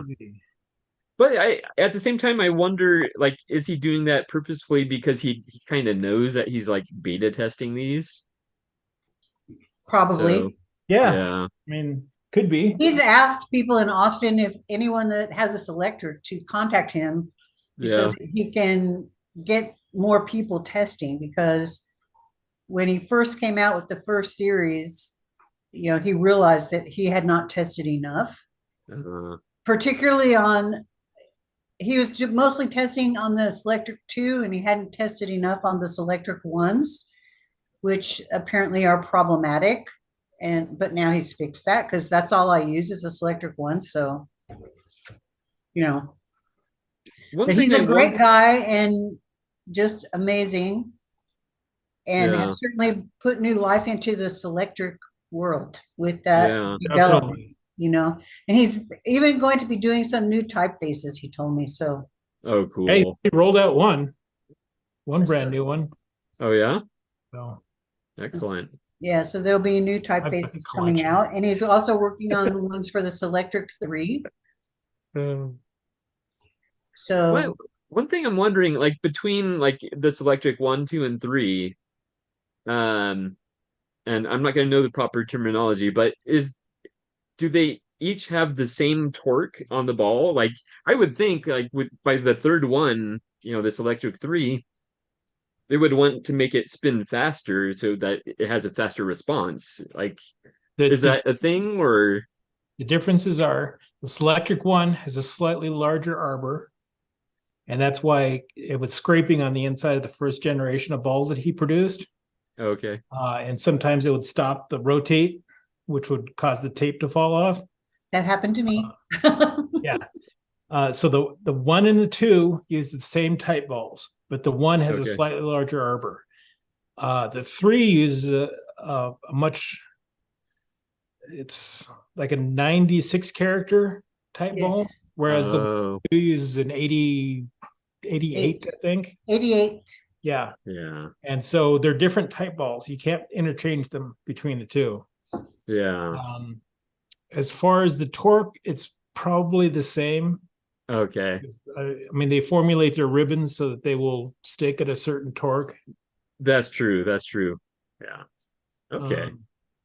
It's interesting to me because I have started someone near me on a journey of IBM Selectric repair, and he's been working on a Selectric 3, and they're all really a lot of the things, the mechanics are similar between the 3, 2, and 1. I mean, they added some extra features, but the basic mechanics of the machines are pretty much very similar. Yeah, the only real difference is the very first number ones Uh-huh. had a different frame. Uh-huh. And like attachment points were different. So they really did a huge redesign, like between level 1 and level 2 of the Selectric Uh-huh. One. Uh-huh. So that's really beyond that. They pretty much perfected it, and they were just iterating the design. Well, really, because of these new type outs, this guy's gotten really interested. And so this weekend he bought 2 IBM Selectric 2s that don't work, and now he's going to start working on those. I'm so excited. Said, "Oh, great, Brian! Now you can start working on mine if they have a problem." That's how you get the new repairman these days. You get youngsters excited about it. Yeah, you just have to get people excited about it, and then Yeah. before you know it. So that's very exciting. So if you don't type have in, it. pretty soon you're Exactly. inundated. Yep. Exactly. Excellent. All right. Anything else new with you, Ted? No, I think that's pretty much it. Okay. Excellent. let Good to other see you as always, and keep up that blog. Man, you're cranking them out. Almost every day I've been Yeah. posts. So That's awesome. Awesome. all right. We got some new people, so let them talk. Excellent. Excellent. All right. Let's see here. Diane. Are you there, Diane?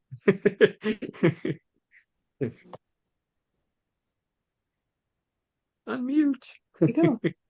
Sorry. There we go. I have It's to find okay. the mute button. Yeah. How are you? I'm well. I'm fine. That's good. What are you working on there? Typewriters, I'm I hope? cleaning. I'm Oh, okay. cleaning up. It's like there's my letters to be answered. Oh, I have a drawer full of letters answered already, and it's like I have no system for moving them out of there. oh. I have to figure that out. I'm running out of space in the drawer. Yeah. And I think I already know the answer to this, but do you decorate your letters at all? I generally do not. However, I have a plan to do so. Oh, okay. I just have to get stuff made. Ah. Like stamps or letterheads or Well, letterhead and or envelopes. okay. And this should not surprise you at all. That would be the that's the actual back of an actual envelope. I thought that was cool. And then of course, you know, the letterhead. I this is the cleanest copy I have. So I had to locate these so I could Yeah. yeah. Very cool. Of course I could always do this one for an envelope. That's good. Well, my late father used to work at Nabisco. Oh, okay. Okay. So do you have a lot of those, or you're just gonna make copies from that one? That was the only one I found so far in the basement. Okay. Here's the Welcome to Nabisco booklet that they got, you know, once upon a time when they started, and the front and the back cover, and yes, this is definitely very 50s styled. But that's when he started, so Yeah.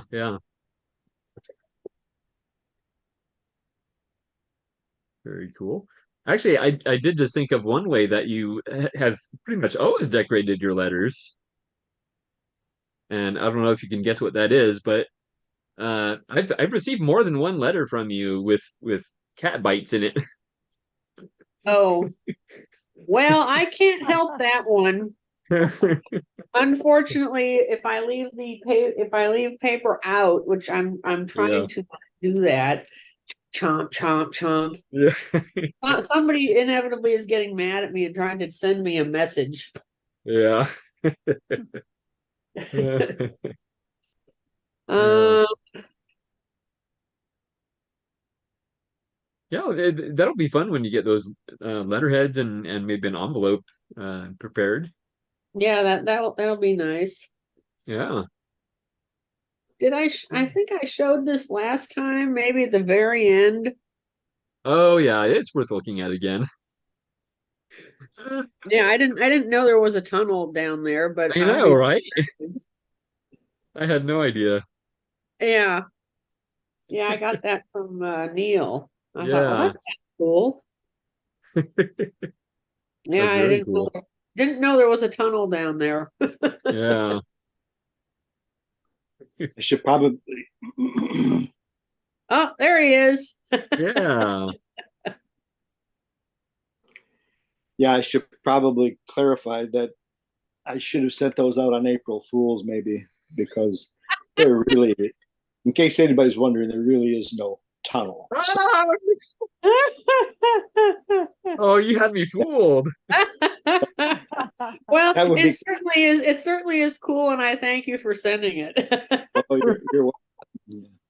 That would be quite a time. Yes, yes. Now that I stopped to think about it, I'm like, okay, that would be like a major feat.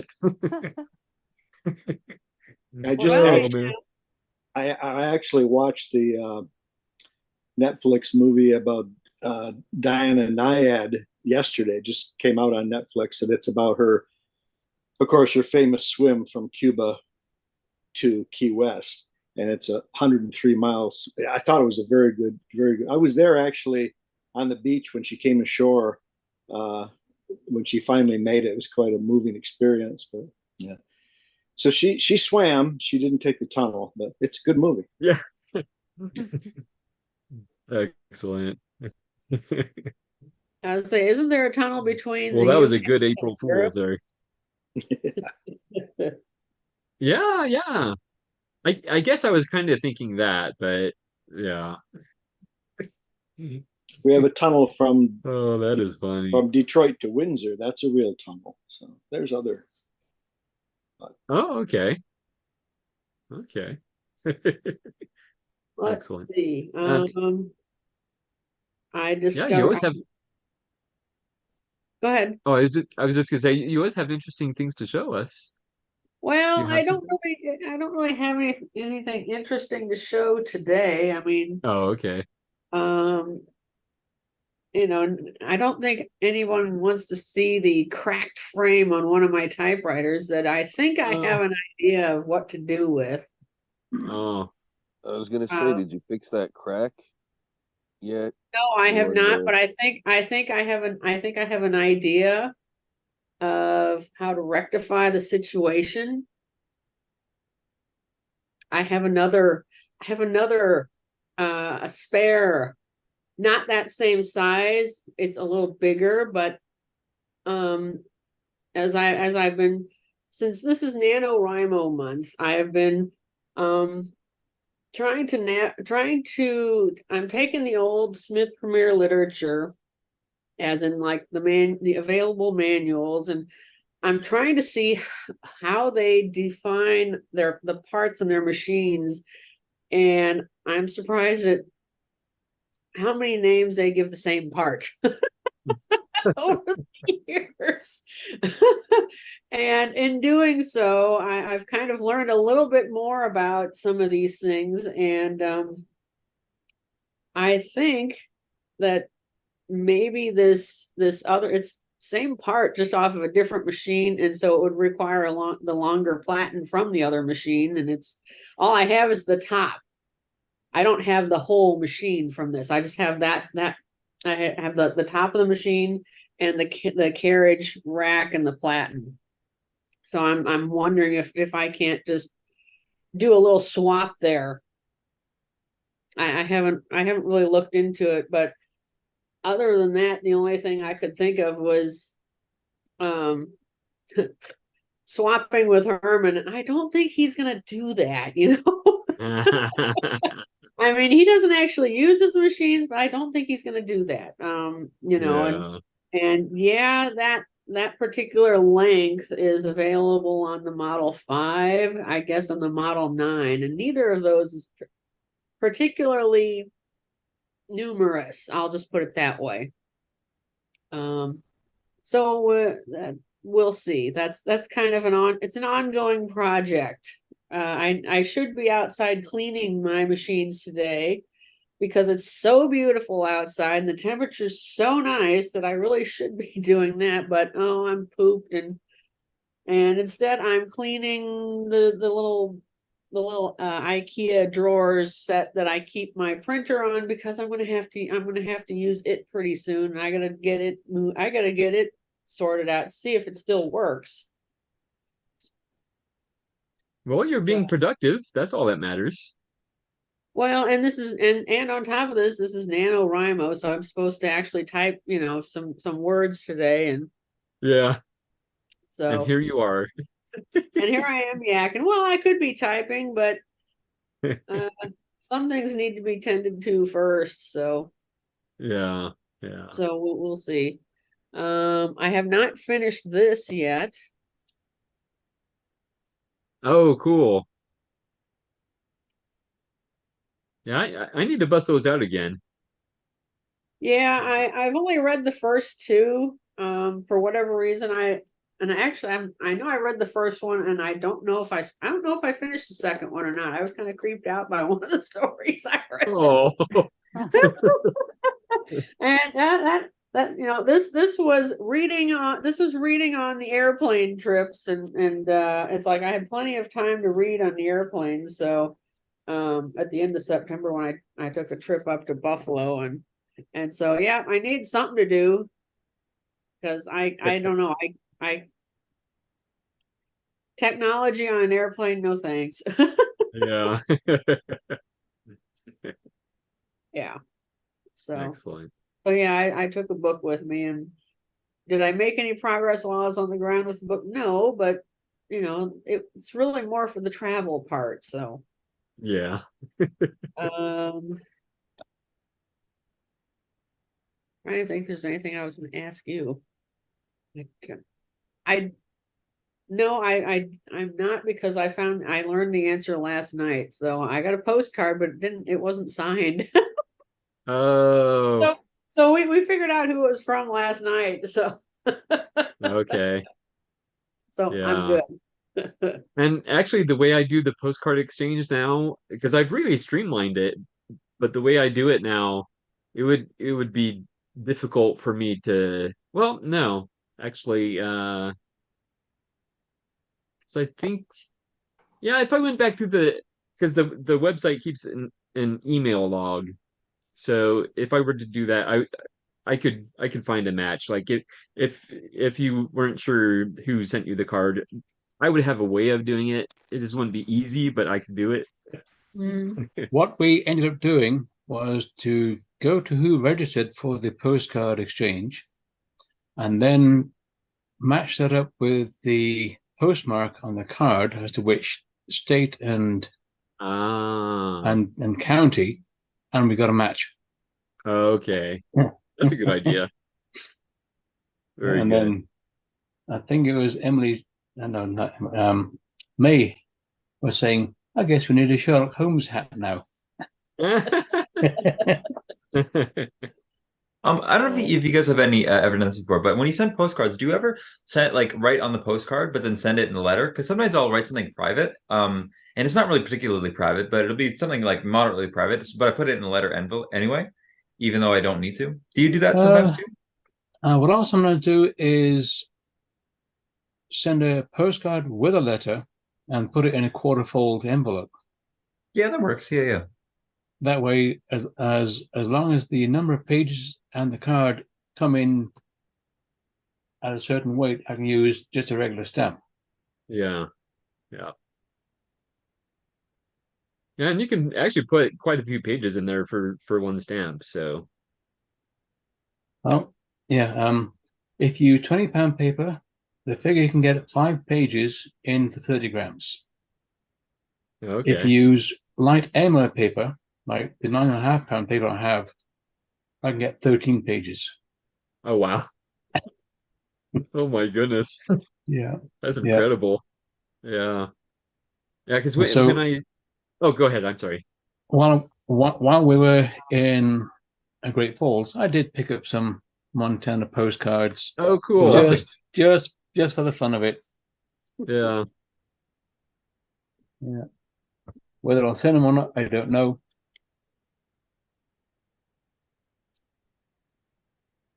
Very cool. Yep. I just picked up 5 for $5. So Oh, that's good. yeah. Anyhow. So, Very okay. cool. Back to you, Gregory. Of course. Thank you. So anything else new with you, Diane? Nope. Okay, okay. Well, it is good seeing you as always. Yeah, you too. Thank you. Christophe in France, how are you? Hello, Christophe. Are you frozen? Oh, there you There he is. I was like, is he frozen? Bonjour. Hello, everyone. Hello. How are you? Good. Très bien. I have a small problem. I received a postcard from Nashville, but the post print their scan code on the name of the I have Matthew, but not his name because Oh, they print their scan code on his name, and I'm That's too bad. I'm searching the member on the website because yeah. I have no Matthew on members on the website. Christophe, Only two people. Yes. I'll put it in a chat so that we keep it private. But I'll put it in the chat. I've just found him because Okay. he didn't write Matthew. He wrote just Matt. Matt. But That's it. it took me 1 hour to find him on the but I found him. I just found him. Okay. I can write him back. Oh, good. Have you got to talk to any French Canadians, Christophe? I know our French is a lot different over here in Canada than France. Sorry? Je sais que nos français ici est très différent de la France. I was going to say, guys, the French here in Canada is a lot different than the French in France. That's what I was saying too. Especially in Quebec is little bit different in Quebec, yes. Yeah, I know they subtitle films when they have Quebec films released in France. They subtitle them because the slang is very there's a lot. Wow. No, I find that Sometimes. very offensive when in France they subtitle or they redo the soundtrack.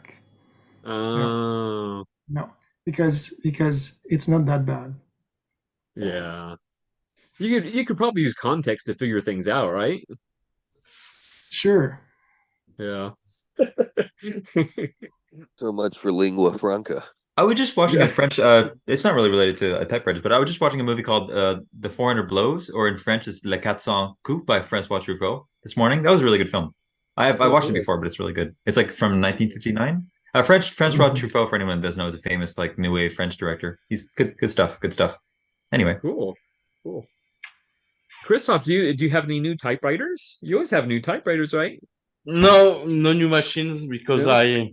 I'm trying to save my money to buy a new Ah. camera Oh, okay. for Christmas. Ah. So no That's a new good idea. machines for I think for 2023 I will have no new machines. And Okay. I Okay. have a lot of money to spend at the laboratory. what are those, Oh, Christophe? Are they film canisters, or Is that like reels of typewriter ink? Sorry, That's I didn't hear you. film. Film. Okay. Is it like a film for Yes, the it's film camera? film 35 mil. Kodak, Fujifilm. It's film, but it's an expensive hobby. Yes, it is. I Like, take film photography too. I know. I gotcha. Yeah. but this year I will go to the new 21st century with a new digital camera. Um, It I was thinking of taking some Polaroid pictures and sending them in envelopes because I have a Polaroid camera. It just the film is expensive, so I don't do it all Oh the time, but yeah. sometimes I do. Like for fun. Yeah. Like me and my girlfriend usually split the cost. I think you get 8 Polaroid frames for like $25 Canadian. It's pricey, but if you want to split the cost, it's affordable. It's about $13 each. So Yeah. Okay. Excellent. So that's funny to have old stuff and new stuff because all the camera and next in this fall Xmas a new digital camera and I have a lot of typewriters and I have a new computer, a gaming computer Oh. I booked in June, and that's funny to have the new generation and the old stuff in the Yeah. same. Do you have any old computers? My old, yeah, I have my old stuff here, Okay. and the new is here. Ooh. fancy. Yeah. Yeah, that's a big difference. Yeah, it's 4,500 dollar computer. Chef. It's Wow. a big, yeah, it's a big gift for me. I didn't buy a computer for a while, and I Oh, made okay. a big gift, a big expense for the first time, Yeah. and that's Yeah. funny. That's a good, Yeah. good machine. Wow. Yeah, that thing's beautiful. I'd like to send a letter to you sometime, Christoph, because I've never gotten a letter from France before, so that would be fun. Cool. Yeah, yeah. You could find him in I'll look him up the. in the directory, maybe. Yeah. Yeah, he's in the directory. Yep. Definitely.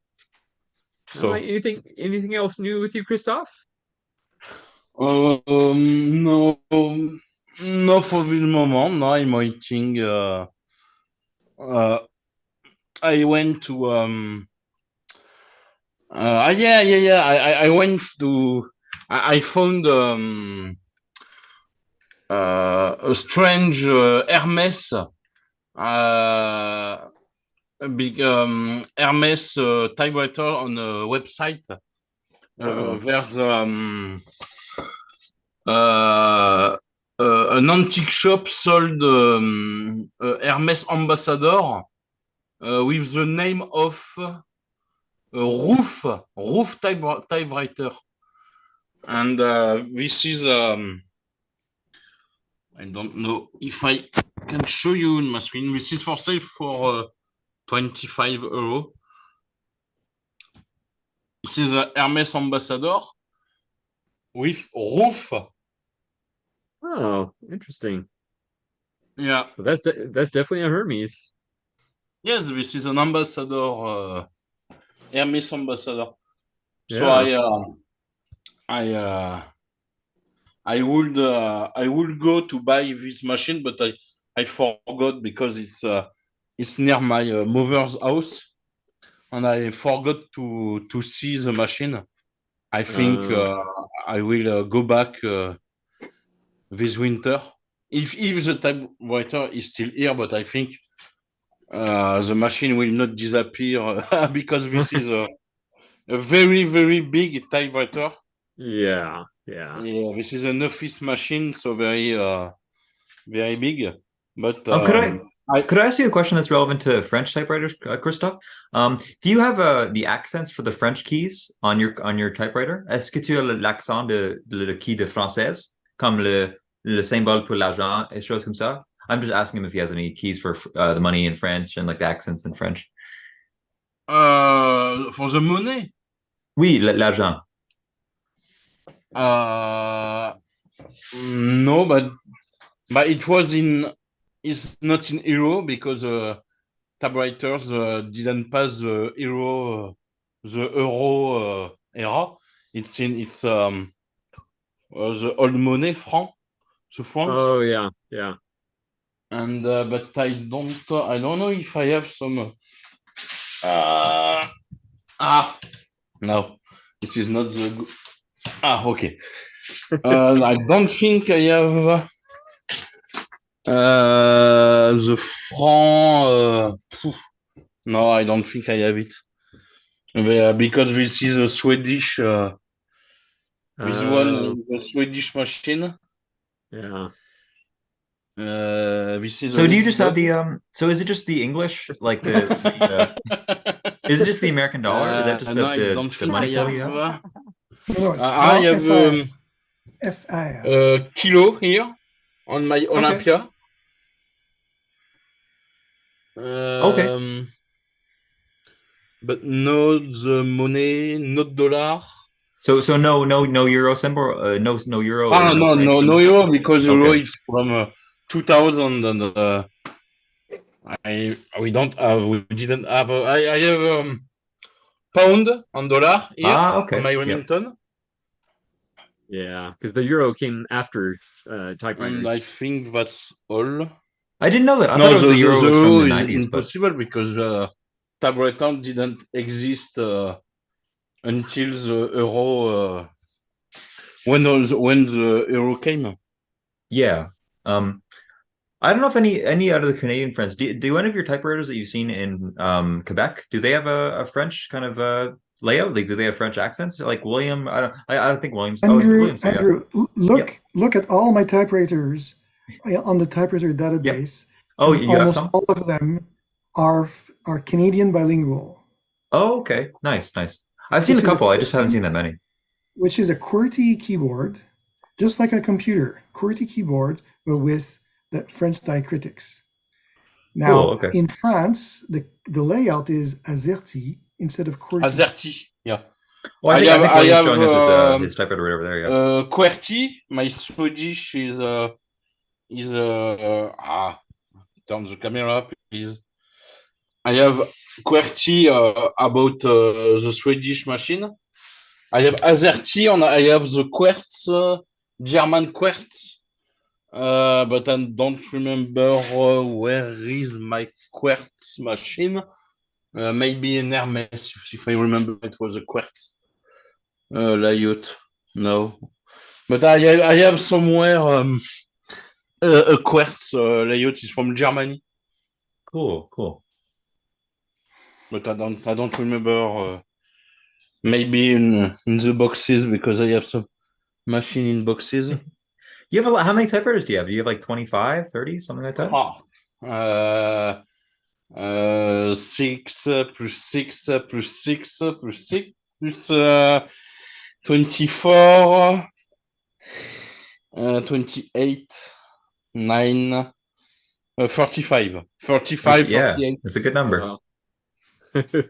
But But I have Andrew, absolutely no place.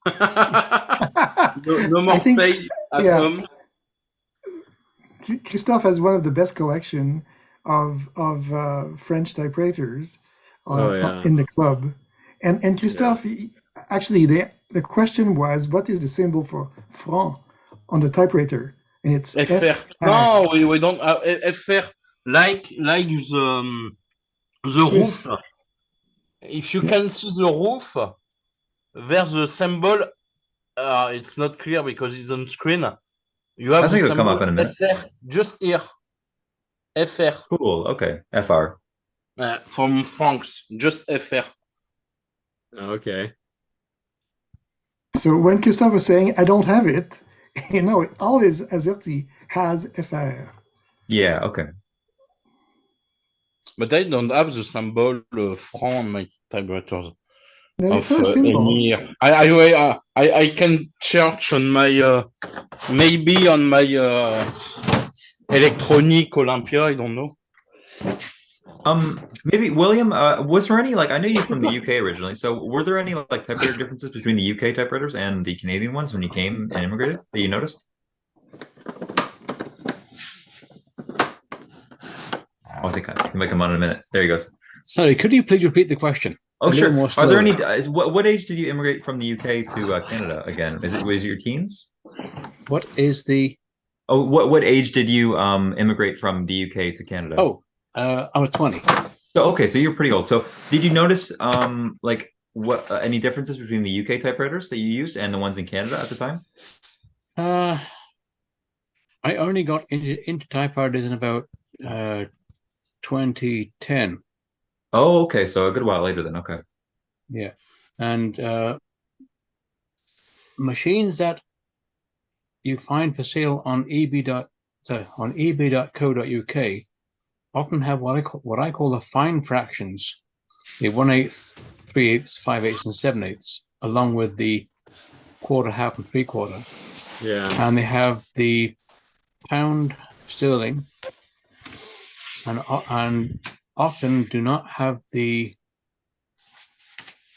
is called the hash sign over here, or the pound sign, or the number sign. And there's another one they don't have. Ampersands. They all have ampersand.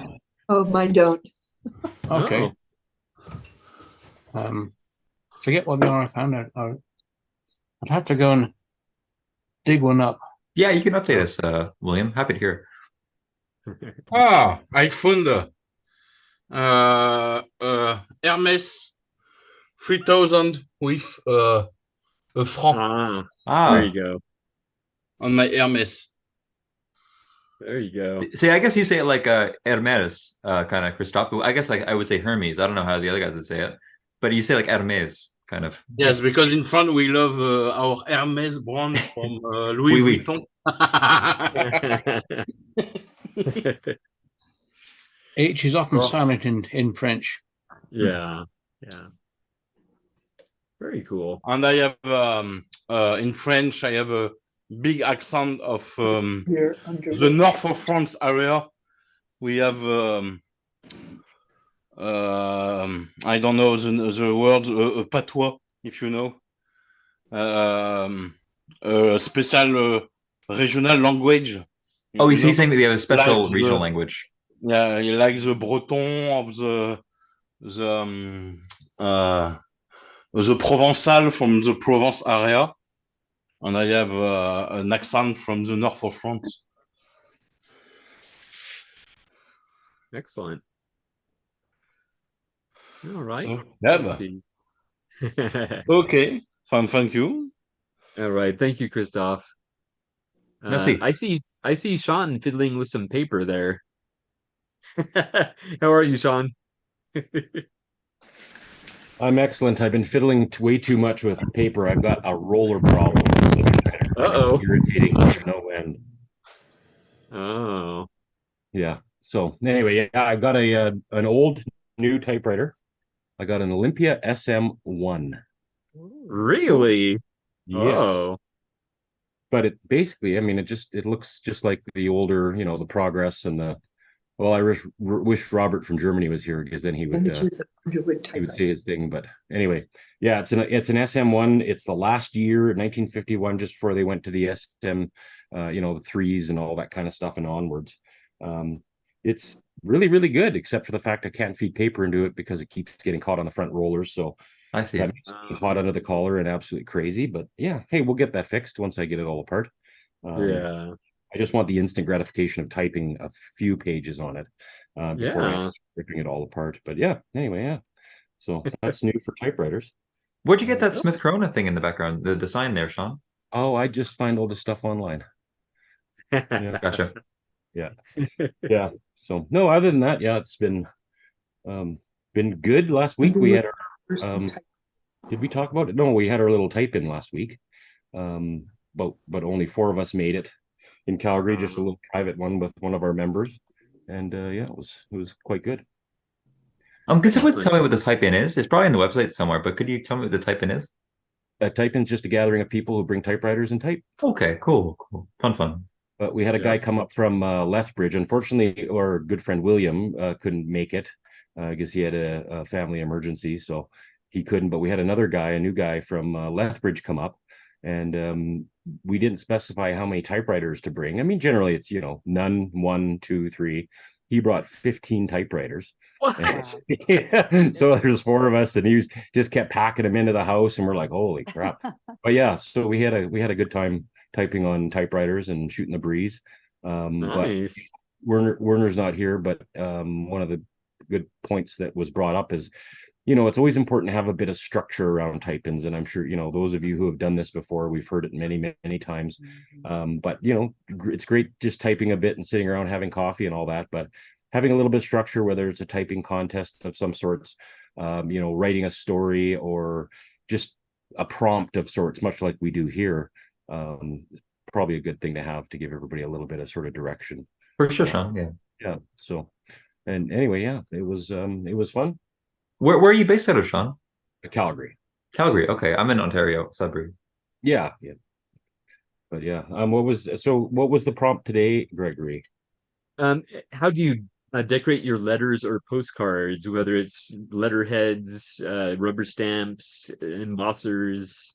Right. Yeah, and that's good because as you were talking through Ted, we've got such an awesome variety of different people who do different things to their letters, and add all these little flourishes. I do wax stamps sometimes, but my big thing is, as a lot of people know, is reproduced letterhead, vintage letterhead, which then I augment with the proper envelopes and then stamps and all that kind of stuff sometimes. So yeah, like that. There's one of my yeah. Well, lovely. Yeah. And then that way it's fun, you sort of get that vintage feel as if you're sending a vintage letter of sorts. And I generally don't write the actual year it is. I'll always backdate it 50, 60, 70, 80 years. So yeah, I mean, this is 1923. Yeah. It might be an obvious question for those of you that have had typewriters for a long time, but where's Olympia based from? Or, like, where is their company? Is it American or British or? German. It's German. German. Okay. Yeah. Good to know. Yeah. So anyway, yeah. So I mean, it depends on what I'm sending and who I'm sending it to. I'll add certain things. I always put extra vintage stamps on to give it that old sort of letter look. So instead of just using a forever stamp, as you Americans say, I like to add a couple others that are thing. And if it's just a regular envelope, then I will use rubber stamps, typewriters, typewriter erasers, other appropriate things. And yeah, I mean, I love doing that. One thing I just bought, which I'm going to be trying out, is washi tape, because I know some people who, have a higher class of letter, do a form of washi tape, either making an envelope. I don't make my own envelopes, or sealing it on the back. So yeah, I'm going to try that out and see. But yeah, washi tape is fun. I use it sparingly, but I have a few really good rolls. So I think I sent some in a letter to Ted, if I remember correctly. Oh yeah, because he included it in his blog actually. Yeah, a little piece of it. Yeah, a little washy wash.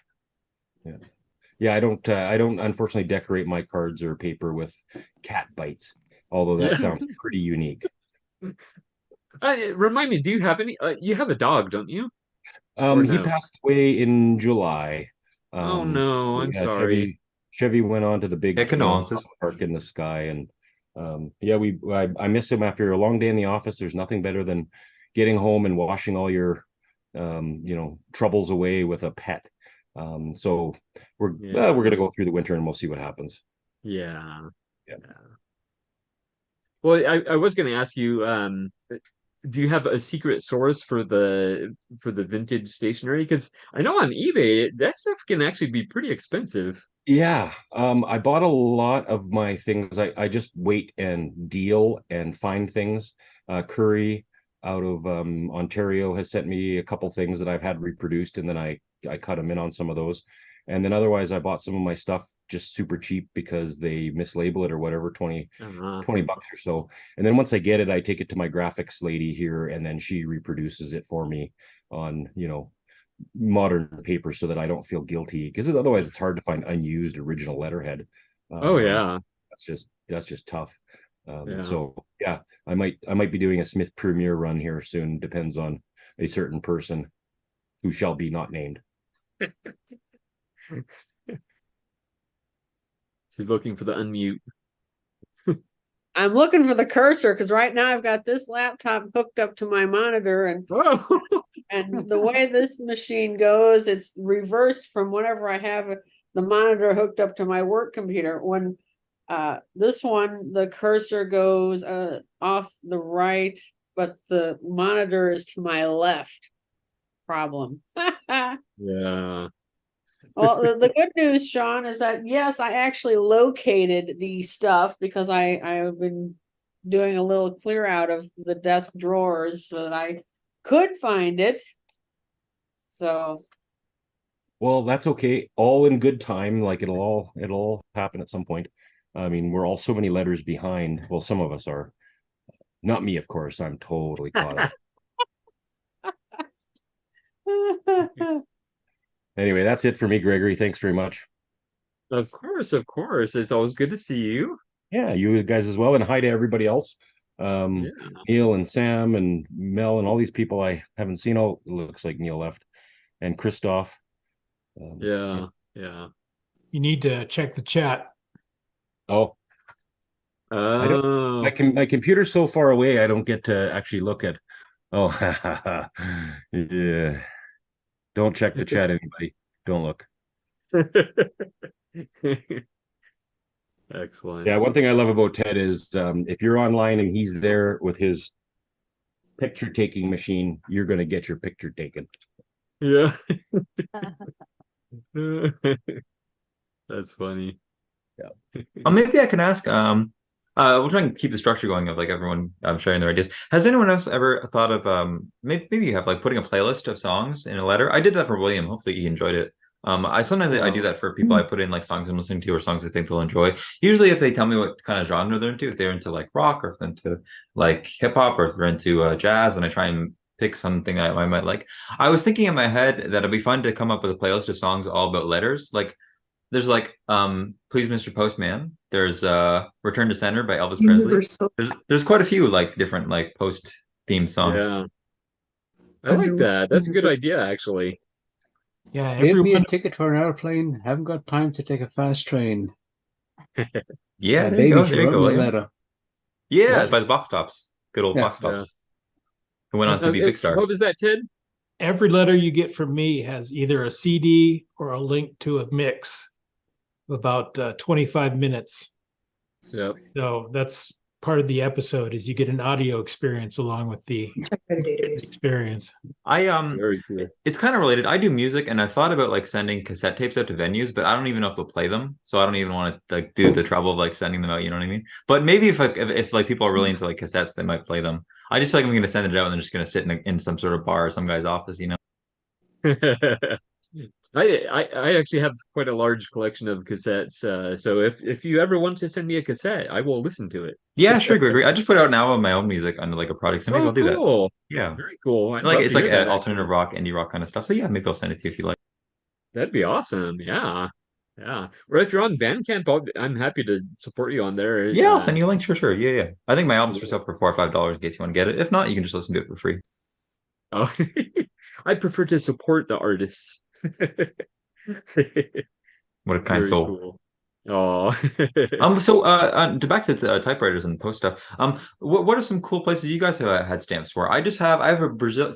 You know what's interesting? My pen pal from Brazil, Marcelo. He doesn't have stamps per se. He just has like this like little thing in the corner that's like a postage paid thing. It's interesting. I mean, you could probably send stamps in Brazil, but I haven't got one yet from him. So it's kind of interesting. Oh, okay.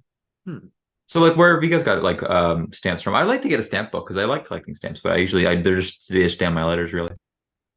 Yeah, I do the USPS catalog, and then also I'll buy like bulk vintage unused stamps on eBay, and usually each stamp is like I have them anywhere from I think the lowest amount is a quarter cent up to about 4 cents, or maybe 5 cents. So I have like a little envelope just full of those. So I'd throw them on just, to add some interest to the envelope. So Yeah, I hear that they're for not necessary, but there's all sorts of rare stamps, but I know for countries that have only been together for like a little while, those stamps are kind of rare. Like countries that are like maybe like Soviet type countries that have only had stamps for a few years, or oh, like maybe like obscure island nations, or all sorts of like for example, I know that I was watching a video on like World War II history, and I know that after World War II, they had all these like stamps that had Hitler's face on them, and then they defaced them and they changed them, so they kind of I guess so they could change them. So because they didn't want to ruin all these stamps that were perfectly good, so they just kind of defaced Hitler on them and then started using them in Europe okay. for a good while after the war. I think from the late 40s, and then they replaced them with like proper stamps because they didn't want to just throw Yeah. them out. So yeah. Yeah, that's interesting. Interesting. I'd like to get some stamps from like Asia or Europe. I never gotten those before, so that'd be nice. Anyway, go on, Yeah. Gregory. Yeah. But believe it or not, Hitler stamps are very common. Oh, yeah. They made such a huge quantity. Um, I know this because when I was in elementary school, I would walk home by, but believe it or not, a stamp shop. It was actually, and it was this old guy that had a stamp shop. He traded in stamps, and Wow. yeah, I got to talking to him because my grandfather was really into stamps, so I was, and yeah, he said the Hitler stuff is some of the dime a dozen. There were just Yeah. so many of them that were printed. Some of the really really cool stamps were from like island nations because they would For sure. actually Yeah, yeah. use them as a source of revenue. So, like in Oh, the United States, there's rules about what kind of stamps, commemorative stamps. There's a whole process of getting it approved, and you got yeah. to be dead to be on a stamp. But like these island nations would do, they would do Disney stamps and just kind of wave their middle finger to the copyright. And just like really, really cool, like refractive stamps. I got a whole bunch of those from when my grandfather was collecting. And Yeah. those Do are you have any sweet, interesting? Yeah. Do you have any? Like I'm trying to think of some interesting island nations. Like, do you have any stamps from like island nations like the Virgin Islands or Guam or anything like that by chance, Arthur? Uh, well, Guam is a weird one because it's the only territory that the United States is in charge of that technically doesn't count as the United States. So if you're born in Guam, you're actually not a U.S. citizen, Yeah, I was reading about that. It's pretty interesting. Yeah. which is a weird thing. But yeah, the a lot of the old British colony islands. Yeah, I'd have to drag out my old stamp catalogs. But It's fascinating for just like a little historical perspective yeah, because you can see like because for our money in Canada, you guys have probably seen it, Americans, if you visited Canada, but like you can see the Queen Elizabeth get older or younger depending on like which kind of money you have. Same thing with stamps. I think that they am I right about that, guys? Any Canadians? Do the stamps for the Queen or King get older or newer with time, like to update the facial feature? I think so. I think so. I might be wrong, but yeah. Sounds good to me. I gotta say I got a letter from England, and the new Charles stamp just looks terrible. Yeah. And I know it's only his profile, but he just looks like an old geezer, even in He's face. old. I think he's in his 70s or something or 80s maybe. It's just compared to the Elizabeth stamps, which look very regal, even just in just profile. Like, On the same topic, I Charles read stamp. that it was up to the different nations of the Commonwealth, Australia, New Zealand, Canada, etc., whether they wanted to put the new king on their money or not, because it's kind of they're more independent nations now, even though they're part of the Commonwealth technically. Like we have the Queen here in the Canadian Parliament, but like she doesn't have that much power. She has a bit of power, but anyway.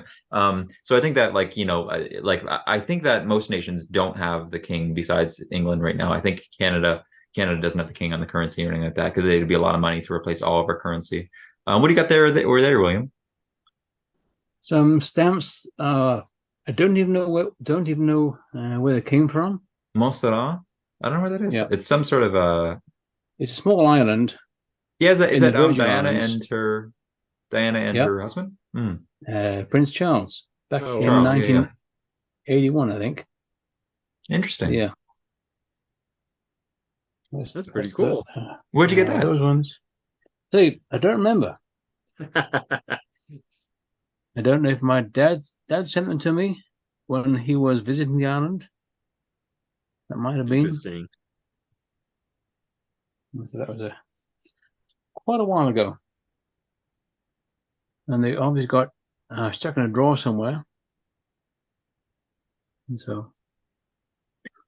Yeah, well, I wonder what that's for. Is that for an island, Montserrat? Is Yes, it like yes. Okay, gotcha. Montserrat is one of the islands, I believe, in the chain of the Virgin Islands. Okay, so is that a British-owned island? If it's like a British stamp there? Yes, it is. Yeah. Gotcha. I didn't know I looked it up. I didn't know that the English owned anything over there. On Google, Google Maps, or a couple of weeks ago, and I'm pretty sure that's what it was. It's only a small island, but nonetheless, it has their own postal system. Nice. It's a separate topic. I don't know. Has anyone not gone for the discussion, Gregory, or are we all done? Or because I don't want to interrupt anyone with a long conversation that hasn't gone already. Yeah, we still have a few people left. Yeah, go ahead. Yeah, go ahead. I'll talk about it after. Yeah, thank you. I appreciate it. There's still 12 of us online here. Yeah. Sam, how are you doing? All right. Oh, hi. Thumbs up. Yeah, I'm out of Portland. I'm in Colorado Springs on my first getting out of and away from working 5 jobs for the last several months. Wow. And I'm very behind. I apologize in advance. I'm super behind sending out my postcards. So I'll be getting to that now that things are shifting, but I haven't gone anywhere in years. And I met this lady camping a couple of years ago, and her husband, and they've been inviting me to take a trip. We were supposed to be with my father in California, but my uncle got sick, so we switched it around, and the airline gave me my money and points back, and I'm like, where can I go?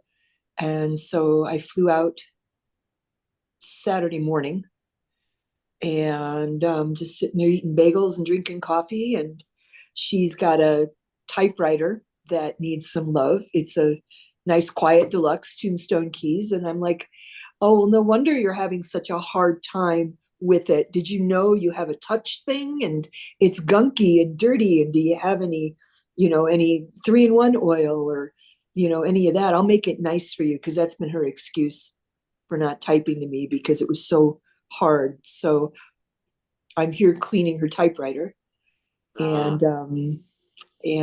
just enjoying some letting go of the reins and letting someone else do all the work for me. And we've got hiking and typewriter searching and a few other things. And another type lady who's not in the forums much, I met her in Portland. She just texted me. She's here in Colorado Springs, so we're going to meet up in another hour or so. Nice. And I did add a typewriter to my, I haven't done anything with it, but it's a Princess 300 red and cream in a pretty red case. Ooh. And I was working an expo, a vintage show, and I was just about out the door after looking at everybody got any typewriters. And I was chatting with her saying, hey, you were here last time because I bought this thing from you to put in my henna booth, and whoa, oh, what is that? I know what that is. Like walking up, and there it is, a red, partially typewriter, and I'm looking at it, and then I'm flipping it around. It's got a little bit of shoulder nicks just on the shoulder of it, but that's it. Needs to be cleaned. What are you asking for it? So her husband gets on and everything, and he says, how about 2.25?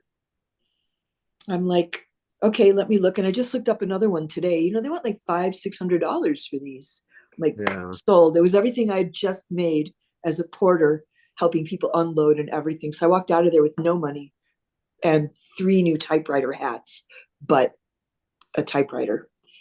And I've got my eye on another one now that's in the shop, but I just realized there's somebody on eBay who's selling one as well. And it's the first year of the Underwood Universal. That's got the green Tombstone keys, and it's kind of cream and greenish, and it's very tasty. And I'm thinking about that, although I can't afford it. But my Corona slipped out of its case a couple weeks ago. I had been working a show and then in other places where I didn't want to leave it in the car. So it got transported in and out like 4 times. What I think happened was where it was stored at my job. I wonder if somebody came back and go, oh, lifted it up and maybe didn't put the case on quite sturdy enough. I walked out the door and it fell out of the bottom. I'm like, oh my God, oh my God, oh my God. And since I don't do that sort of work, it cost me $178 to fix the carriage, which still has a slow spot. You know, that's my main typer. And I didn't have the money, so I sold an SM3 to one of the other type shops in town because it's not special, but it was clean and in good shape. It took just a quick cleaning and it's already up on the shelf. And you know, I'm not really a collector. I need all my machines to work or be really beautiful. So, you know, the SM3s are not hard to find. The SFs are a little more harder to find, and I would like one of those. But and so as a rescue, because I had 2 gigs that week, as a rescue, one of the guys locally, he took my Remington 2 put, because the platen was so hard, not only was it punching through the paper, it trashed the ribbon. And there was just, it looked like something, you know, gotten a hold of the ribbon. And so yeah, Diane's nodding, you know, it looked like your cat got a hold of it. And so he put a bike thing on it, which is suitable. It got me through the 2 gigs, but I can't adjust the paper. It's so tight and you can't pull the release paper. It doesn't do anything because it's still too thick. There's not enough space. So it's okay, but I think I'm probably going to still need the platen done, which I would prefer because I like taking those out to the street. And I've been working with the poetry. I've got 3 commissions for a lady for her Christmas co-workers. And she said, there's one more, but I'm not going to give her one. She's not very nice. I'll just get her a card or something. And I go, well, in the spirit of paying your local artist, if you're going to get 3 really nice poems for your other co-workers and not for her, then she's going to feel even worse. So you go to the store, you buy a card for $6 and another present, you know, for $15. You could give me the same 20. I'll make you a nice poem. And then she'll be like, everybody gets a nice poem. And maybe she'll be nicer to you because otherwise she'll feel left out. And I got paid $50 for a poem for a couple's 65th wedding anniversary. And for our Use Your Words Poetry and Prose meetup, which was on the 31st, we all dressed up. It was a lot of fun. And I read poems that I didn't write for other people. These are poems from my class that just ended. It was poetry, myth, fairy tales and stuff. So everything was based on various things, you know, myths and stories. And one of them I did was Bigfoot, who was totally put off that he got online and realized that they were using his name for all these pictures and things. And the most embarrassing all was the boxer shorts that said Sasquatch across it.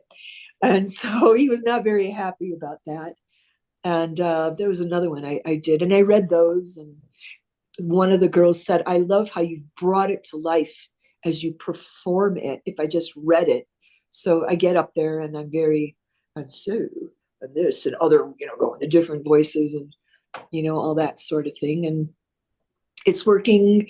It's still not quite enough as I switch out of henna art into typewriter poetry. It's still between that and all my other jobs. I'm working all the time, like all the time, and not necessarily making a profit, especially not if you're buying typewriters. And I scored some onion skin paper at a garage sale the other day. Yay. Ooh. And I've got what's onion skin paper, Sam? Is it light paper, I assume? Oh, like a really nice paper? It's how would you explain it? It's like X amount of onion skin with other paper. It's light and crinkly and watermarked and hard to find. It's expensive to buy like a box of it now. You know, you can find it online, like a thing of paper, maybe like that, and they want $25, $35 for it. paying $1 for And it. is that American or is that Canadian or? Anybody? Are you in Canada or are you in the States or? I'm in Portland, Oregon. Well, I'm Oh, in so pretty pricey I'm then. in That's Colorado about Springs right 32, now. 35 Canadian, yeah. Yeah. Something like So that. when you can find it, it's one of the things I look for. I walk into a garage, say, "Excuse me, can I ask you a question? Got any typewriters?" I should get a shirt that says that. And aside from that, kind of working on the first little zine that I've been trying to do it in Cool. Procreate, but I can't make the pictures adjust without skewing them really awfully. What kind or of zine? What kind of zine, Sam? Sorry to interrupt. I'm doing a 1-page where you have an 8.5 by 11 and you do the origami weird fold on it, and then you cut part of it, and then you open it up and you push it together so it makes this little square, and then you fold it. And so what you have is, I'm trying to do this here. So you have your little zine, and here's your front page, and then you open it and you have 2 pages and you close that, and you have another 2 pages, and then you close it and you have a back page. Yeah. And it's just enough I want to put some poems in it and stuff. And I've been looking up some booklet, library books, and it seems like the best way it's going to work at this point is old style cut and paste. Because if I have to make the things too small in order to make them adjusted correctly, so I may cut and paste it. So I'm like, all right, I'm going to take a typewriter keyboard. Oh, there's a manual typewriter in Vancouver popping up. I'm going to take a typewriter keyboard and do a whole background on the whole thing, but really faded so that you don't have any blank spaces. And does anybody know, do you guys know who, stop that, Brian Sonia Wallace is? He wrote The Poetry of Strangers. Does that ring a bell? No, I haven't. But do you like his stuff, Sam? He was. I've never met him. We were friends on Facebook and everything like that. He did what I did, an accident of some sort. In his case, his lover, his boyfriend, moved out of his apartment in California, and he wasn't able to pay the rent, but he wasn't ready to leave yet. So he got his mom's old Litera, crappy thing, and he went and he sat up next to a line of people and offered poems. And he's got a degree in all this stuff, and he called himself Rent Poet. And little by little, he made his rent like within 3 weeks. And then he was contacted by Amtrak. They paid him to get on Amtrak and type stories from other people. He's the poet laureate of the Mall of America, and they're paying him big bucks to do this. Now he gets— That's great for him. Oh my gosh, he's all over the place. Europe, he is invited to do his thing. And so in it, The Poetry of Strangers are all of his experiments, his tales of how he got started and where it brought him. And I would dedicate mine to him because he really inspired me. After somebody had asked me like several years ago, because we're all in the gig business, said, "Hey Sam, do you have a typewriter and a beret? I got a client who wants someone to do some beat poetry or something." And I went, "No." And then I have this little mental thing that I call it. It's like I have a little mental piece of paper and I scribble typewriter poet, fold it up mentally, stick it in my back pocket for further consideration. So somewhere along the way, I said, I'm going to go buy a typewriter. This might be a good idea. And I bought one. That was fine. And then I think I bought a second one, and I was looking at a third. And What was your first one? The first one in recent years is a Golden Touch Meteor. It's very beautiful. It reminds me of my 1981 Volvo. It's got the creamy curves. That one's in my studio right now. And I forgot the other one. I thought, well, before I buy another typewriter, I need to see if I can even do this, because I had never written a poem. And then I had an accident. August 12th, I was out camping. I was on my way to do a 5-day exploration with my kayak and everything. And I stepped off a platform and broke several ribs, which kept me from working my market gig where I'm a henna artist.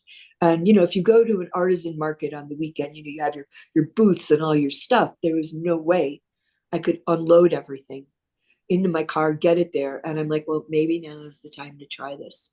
And I pulled a little cart to the local New Seasons and set it up, not even really having a clear idea other than what I read in his book. Somebody asked me for a poem, and it was like my usual split personality. I can see myself in the window reflection going, but I'm still looking at him going, and yeah, sure, I can type you a poem, and thinking, oh my God, I'm busted. I'm so busted. It came out so amazingly well. It just happened, and I realized I can clue into things that people don't tell me.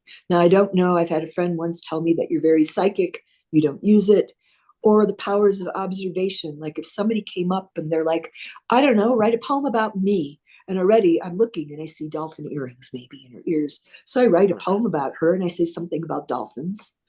But some people like, oh my God, I didn't say anything about dolphins and you knew it. And it's like, I can see them in your ears. So, but you know, but there's other stuff that's unsaid. And that just happened the other day. I wrote a poem for a woman who had passed away. She was high school sweethearts. They'd been together 20 years, and the girls were her hussies for an air guitar band. And they called her Picante because she was so hot. And in it, I said something about shaking your booty.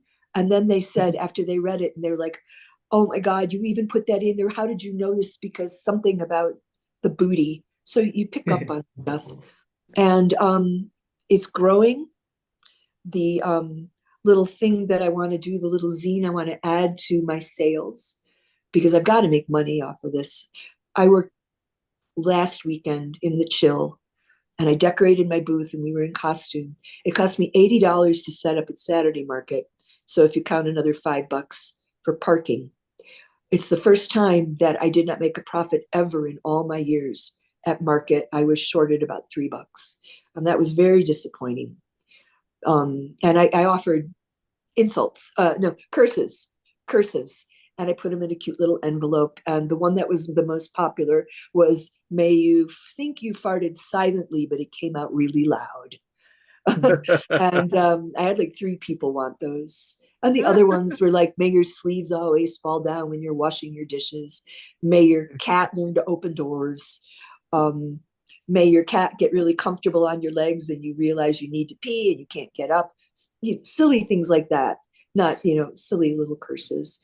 And I did a couple of those, and I did a poem for somebody, but that's a 14-hour day. And all you made was like $78, of which is already that's not even minimum wage. So that was kind of disappointing, but that happens. I also got hired to drive to Olympia, Washington, which is like an hour and 45 minutes away, for Friday the 13th, my friend's tattoo shop. She paid me $250 to type poems, and I could take tips. And now I'm invited back forever. And yeah, I'm connected with the paper shop in Vancouver, not BC, but Vancouver, Washington. There's a new paper shop there. Beautiful, beautiful, beautiful papers, imported papers. And somebody was looking for, where do you find cool papers? What's that guy's name who sells them on eBay now and again? He's a typewriter guy. I can't think of his name, but sometimes. Who's it? Peter Stewart. Peter Stewart. He groups them together because it's not worth to send one piece of paper. And the last papers I got from him were like from the Queen Mary II and complete with envelopes. Beautiful selection. It was like $25. I was going to say, quick aside, Sam, hopefully it's relevant. I was reading this book about like alternative and indie rock, and Washington and Seattle is what trying to think of the place it's called again? Seattle, Washington. Sorry, it's kind of a big place for like alternative and like DIY stuff. Like there was like there's a record label called K Records that Nirvana that Kurt Cobain liked a lot, and like just like a really like kind of like wholesome kind of like artists helping each other, and like artists of different like the musicians helping people that are painters helping people that are independent like art like store owners. So just really it's interesting to hear about that. And I guess it's so where was your where was like your friend's tattoo shop in Olympia? Sorry, I was thinking not I was thinking of Olympia the whole time. Sorry, Olympia I was talking about. My bad. I'm sorry. Where is it? Oh, Olympia. I was talking about the music scene in Olympia. I'm sorry. I was saying Washington, like Seattle, Washington, but well, there's the music scene in Seattle, and there's also the music scene. You know, Portland is between Seattle and San Francisco. And in the 40s, the musicians came and they played in San Francisco, and then they went to Seattle because everything in between was dead man's zone except for Portland. So you'd have them coming up from San Francisco and down from Seattle, and they'd meet in Portland for a day or two and just do impromptu jams before they went to their other things. So we do have a good music thing going on there. It's changed since I've been there for 40 years. We've lost the blues clubs, the jazz clubs. There's so much indie stuff, but that's not really my thing. But, you know, it just depends. But it's lots of where they're grouping together.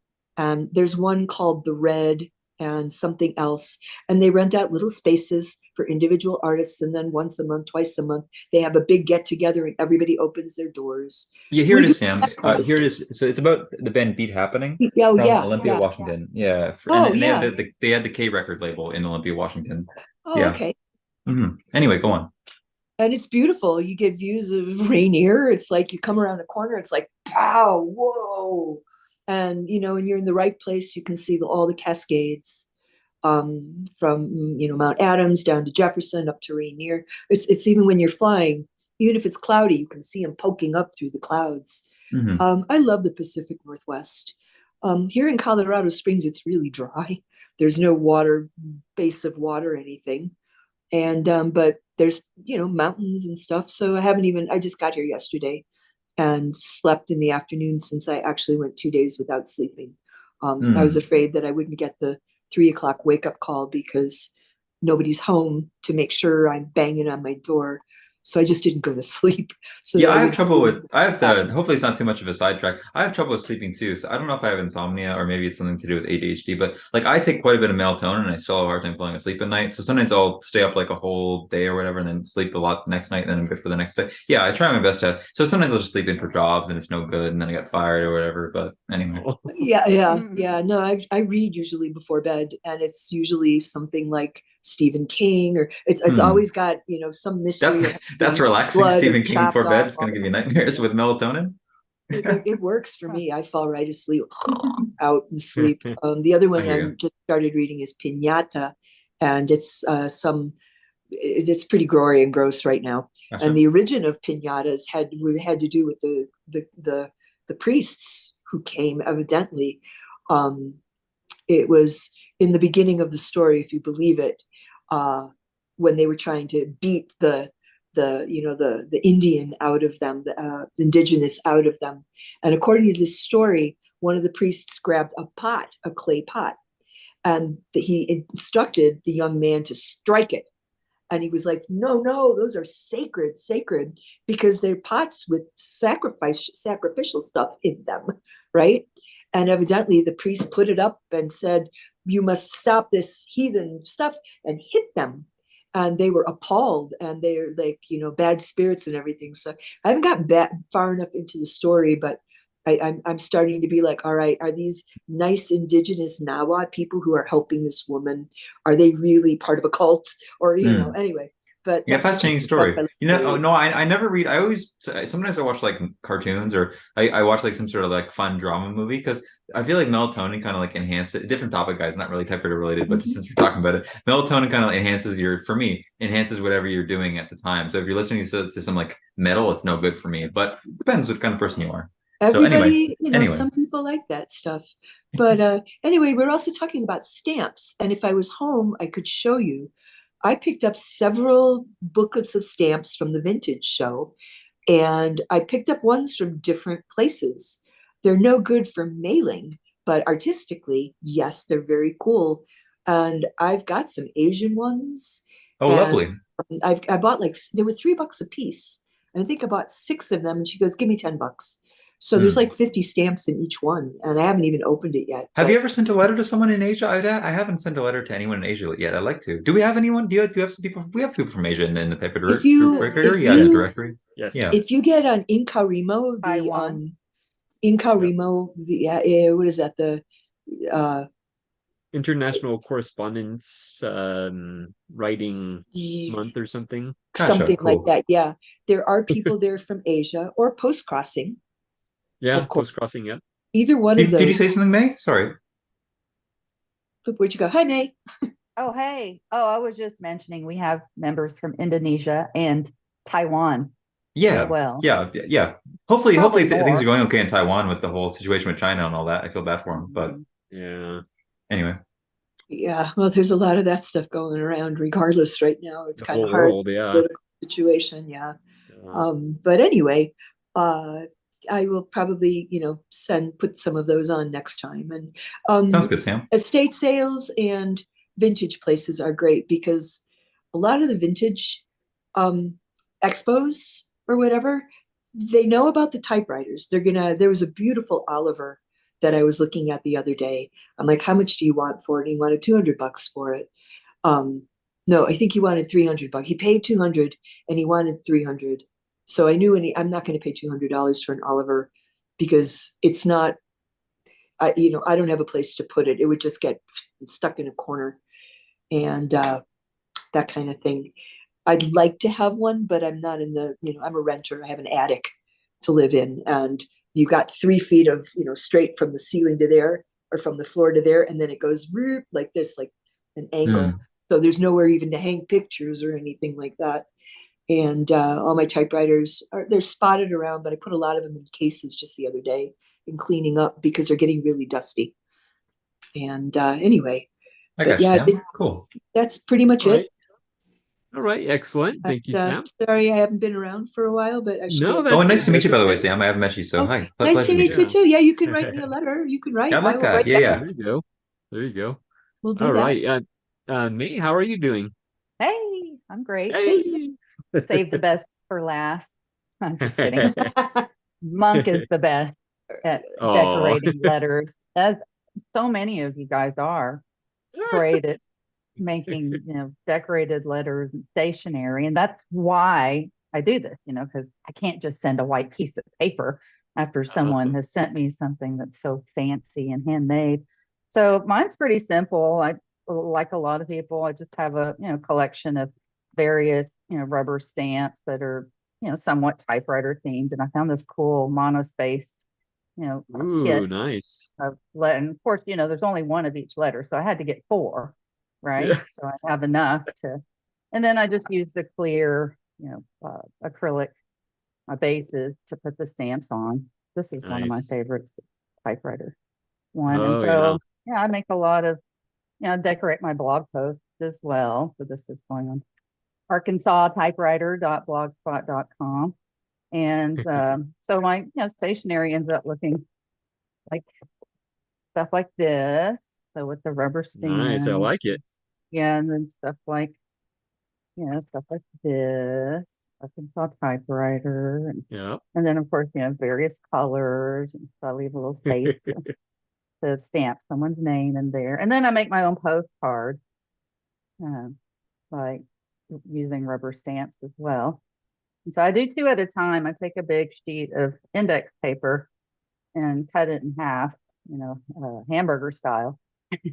Yeah. And that way I can roll these into the typewriter because it's really hard to start at the very top, if someone's showing addresses here. And so that way I can roll it in, start at the top, in the middle of the page rather than trying to, start at the half-inch mark at the top. So I end up doing 2 postcards at the same time. And when you do and then I do envelopes. So I make my own envelopes. I cut out a little, template with cardstock, and then it fits on letter size paper. And so I just use recycled paper or fancy colors, and then just make my own letters, typewriter theme envelopes as well. Cool. So mine's pretty simple, just stamp kits. And I like to buy the fancier papers though, like the cotton blends and things like that. I have a question about your postcards when you do the fold over. How much is the postage on that? I don't remember because I get the forever postcard stamps. Oh, so a forever postcard stamp will cover it. Okay. Yeah. Well, no, I cut them. So once I'm done doing 2 postcards, I only do 2 at a time because it's easier to roll in and start at the middle. and then I'll just cut this in half. Oh, okay. You don't And then fold them. okay. Oh, no, this is two separate postcards to two Okay, separate. because somebody two was separate folding people. them in half, and they did Yeah. all this on the inside as well. And so I do mine as like mini letters. So I type on the front and then finish on the back. So it's like a tiny letter basically instead of a picture on the back. So, and I signed up for the postcard exchange this time. Yay! So, yay! Thank you, Gregory. Of course. Yeah, I think if you have like a sheet and you fold it, I think it no longer counts as a postcard. You would have to pay the but you're not doing that. You're cutting it though. No, I'm cutting it and sending actual postcards. Yeah. Yeah, those look really nice, mate. All like color coordinated and the fonts are really nice. Yeah. Yeah. Very cool. Yeah, I like the letter font because it is typewriter. It is monospaced, and so it fits in with the typewriter themed.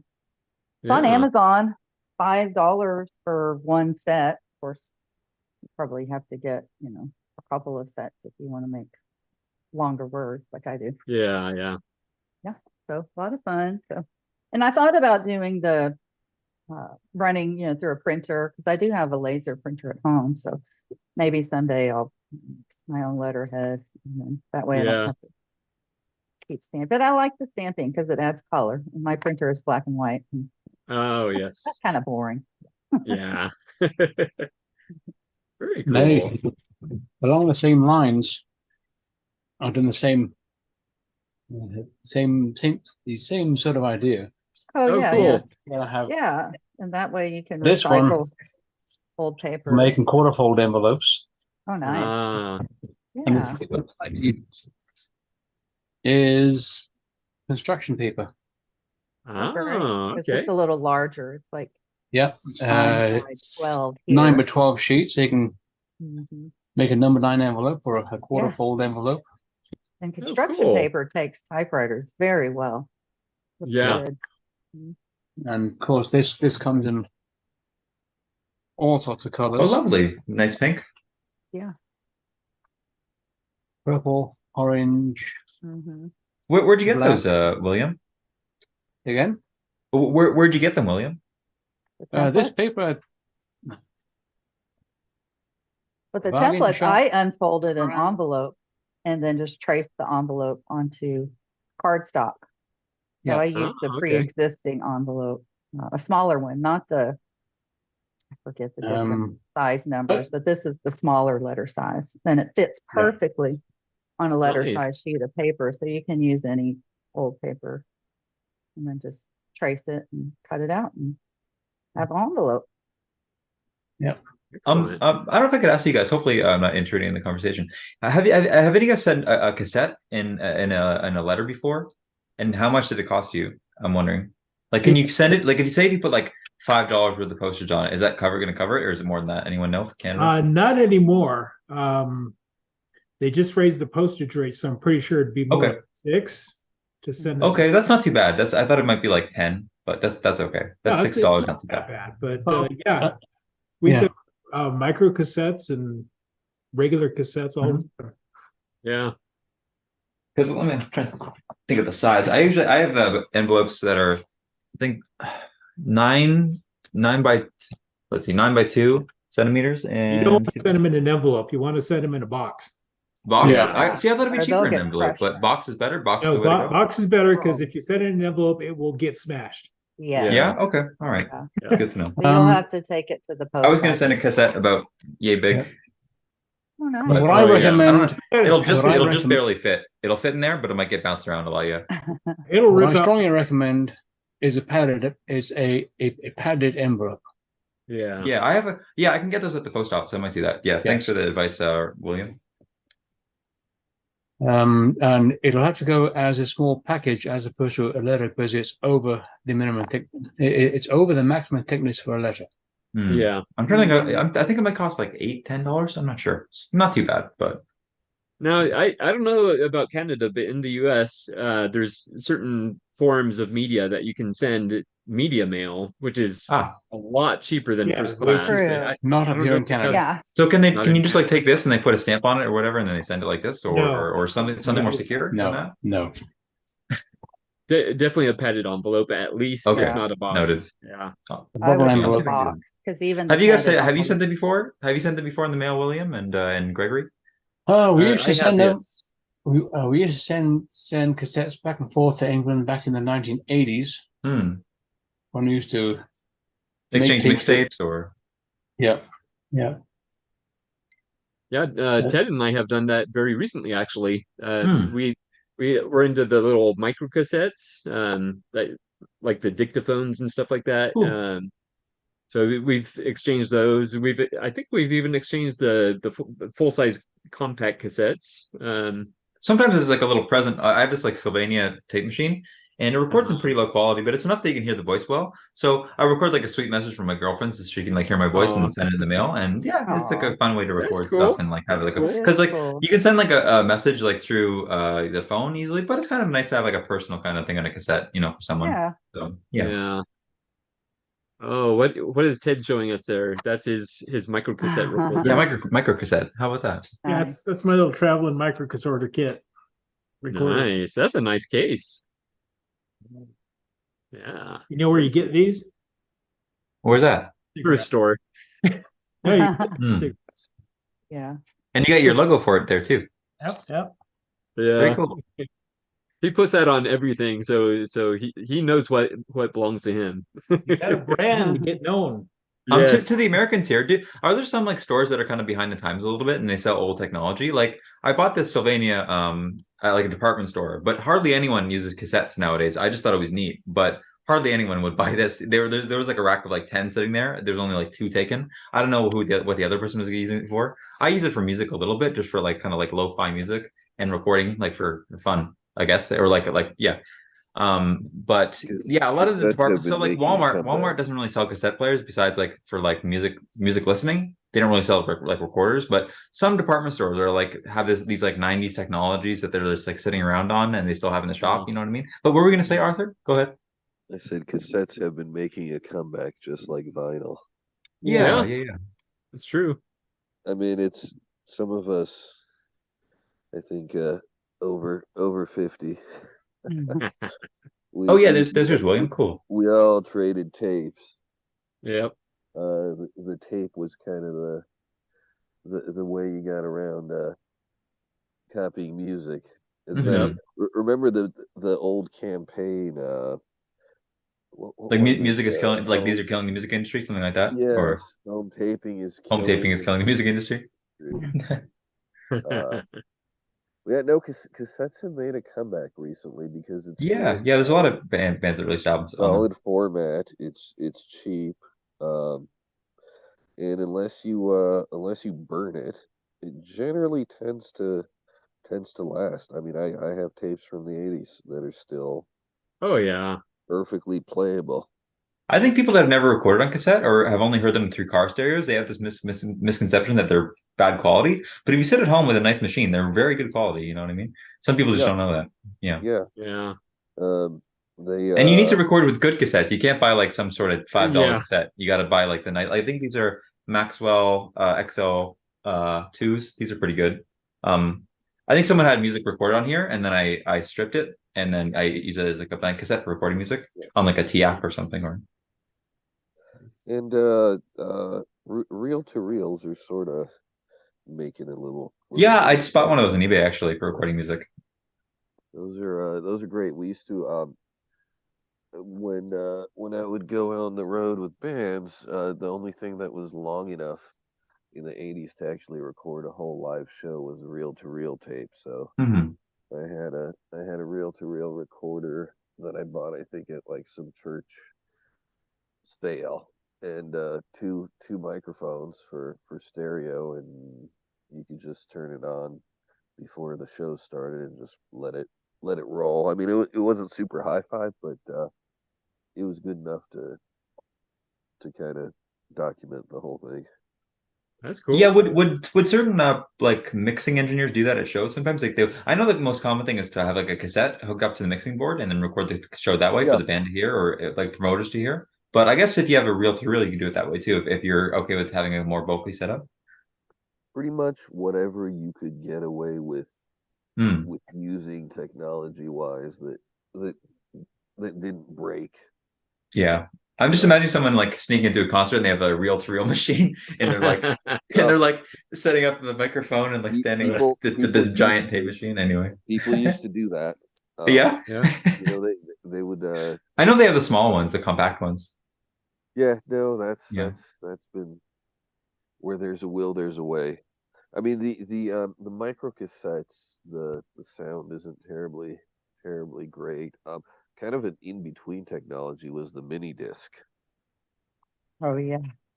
So, which unfortunately Sony just shot itself in the foot, because the mini disc, the technology side of Sony was being worked against by the music side of Sony, because they were trying to keep people from using the mini disc to copy music. So yeah. But it was a great format. Oh yeah, I love it. I have 2 decks and a little portable one. Yeah. But they're expensive. Oh my goodness. Woo. Really? Have they gotten? How much is like a regular like popular album like by the Beatles or like say the Doors or something like that, Greg? If you could find those, they would probably be well over $100. That's more expensive than like reel to reel. Yeah, like an artist that nobody cares about, those even sell for between $20 and $50. So if it's an album people actually want, yeah, you're paying over $100. So This is a weird format. Yeah. It was really, I mean, it was still pretty big in Japan until Oh not yeah, that long it was ago. huge in Japan. It just kind of continued, and in the US just never really took off. I think it was that weird time where CDs got cheaper, but I think what happened with the mini disc is that the internet became fast enough to download. And Yeah. and you got what was the first one? Napster. Oh yeah. You got the Napster, and then You know, I always hear about Napster. Was there some sort of like official equivalent at the time? Like, could you buy music on some sort of official streaming service or what? Like, No. like something like iTunes, but earlier? No, they didn't have anything like that. None of the companies cared about streaming digital. Just a bunch of. I guess they caught on after a while once they learned they can make some money in like the mid 2000s, right? Yes, Spotify is really the only one that's kind of hit as far as like music services. I know a lot of artists that use Bandcamp. It's not really particularly popular mainstream, but Bandcamp is really good. It gives like a lot of big cut to the music. Musicians. Bandcamp is great for for finding individual artists. Unfortunately, Bandcamp just got sold. Actually, yeah, I heard about that. Yeah. I know. To one of I'm concerned. It's still good for right now, at least, but we'll see what happens in the future. Yeah, because there was it's funny, I found on Bandcamp the most obscure thing, and I'm the only one that has paid for download. It's like 3 songs by somebody called Rachel and the Rats from San Francisco, circa like early, maybe mid 2000s. And it was like just complete random thing, and I was listening to it. I was like, hey, this is pretty good. So yeah, Bandcamp's like that. You can just find all these like old, obscure artists that have only like 5 plays, 10 plays. It's interesting. Yeah. And there's absolutely no trace anywhere of who this was or. Well, it's nice my to have wife, Wikipedia. Yep. Sorry, go ahead, William. Yeah. My wife is home, and the homemade beef barley soup is hot, so I'm going to get some lunch. So take care, all. Great chatting with you. Yeah, thanks for joining. Take care of yourself. Thank you, everybody. And well, God bless all. And speaking of that, we are at the end here. So I know. Well, there's always the 24/7 type and talk that's always open. Yeah, Sam's got something on the edge of her tongue. What were you going to say, Sam? Yeah, I just sent a note to everybody. The templates that I used for my envelopes, I put the name up there and the company that I get them out of. It's called Jet Pens. Oh. And Oh, yeah. I couldn't remember where they are, but I think they have 2 separate templates, but they give you options for sizes. So one template will give you like 4 different sizes, from the smallest ones to the biggest ones, and they're plastic, so they're indestructible. Yeah. And they had 2 different shapes, 3 different ones, I think. And I make my envelopes. I bag bigger sheets of paper. This one place had this India paper, and they were selling 2 rolls for $5. So I take the big ones, and also because I sell the envelopes with it, I can get some really, different size. I can get 14 different size envelopes on one sheet of paper on that. So when you buy the bigger rolls, or if you go to your local art store where they have larger rolls of stuff. But I wanted to pass that on before we left, because I Yeah. have to go too. I So, appreciate it. Thank you so all much, right. Sam. Thank you. You're welcome. And we'll catch up another time. Yes. Yeah. All right. Well, thank you so much, everybody. And we'll see you next time. Thank you, Gregory, once Thanks again. for tuning in, welcome. everybody. Thanks for the discussion. Yeah, nice chatting. Thank you. Thank All you. right. Happy Hey there. typing. Yes. Oops. Bye-bye. Bye-bye. Just finished. Bye-bye.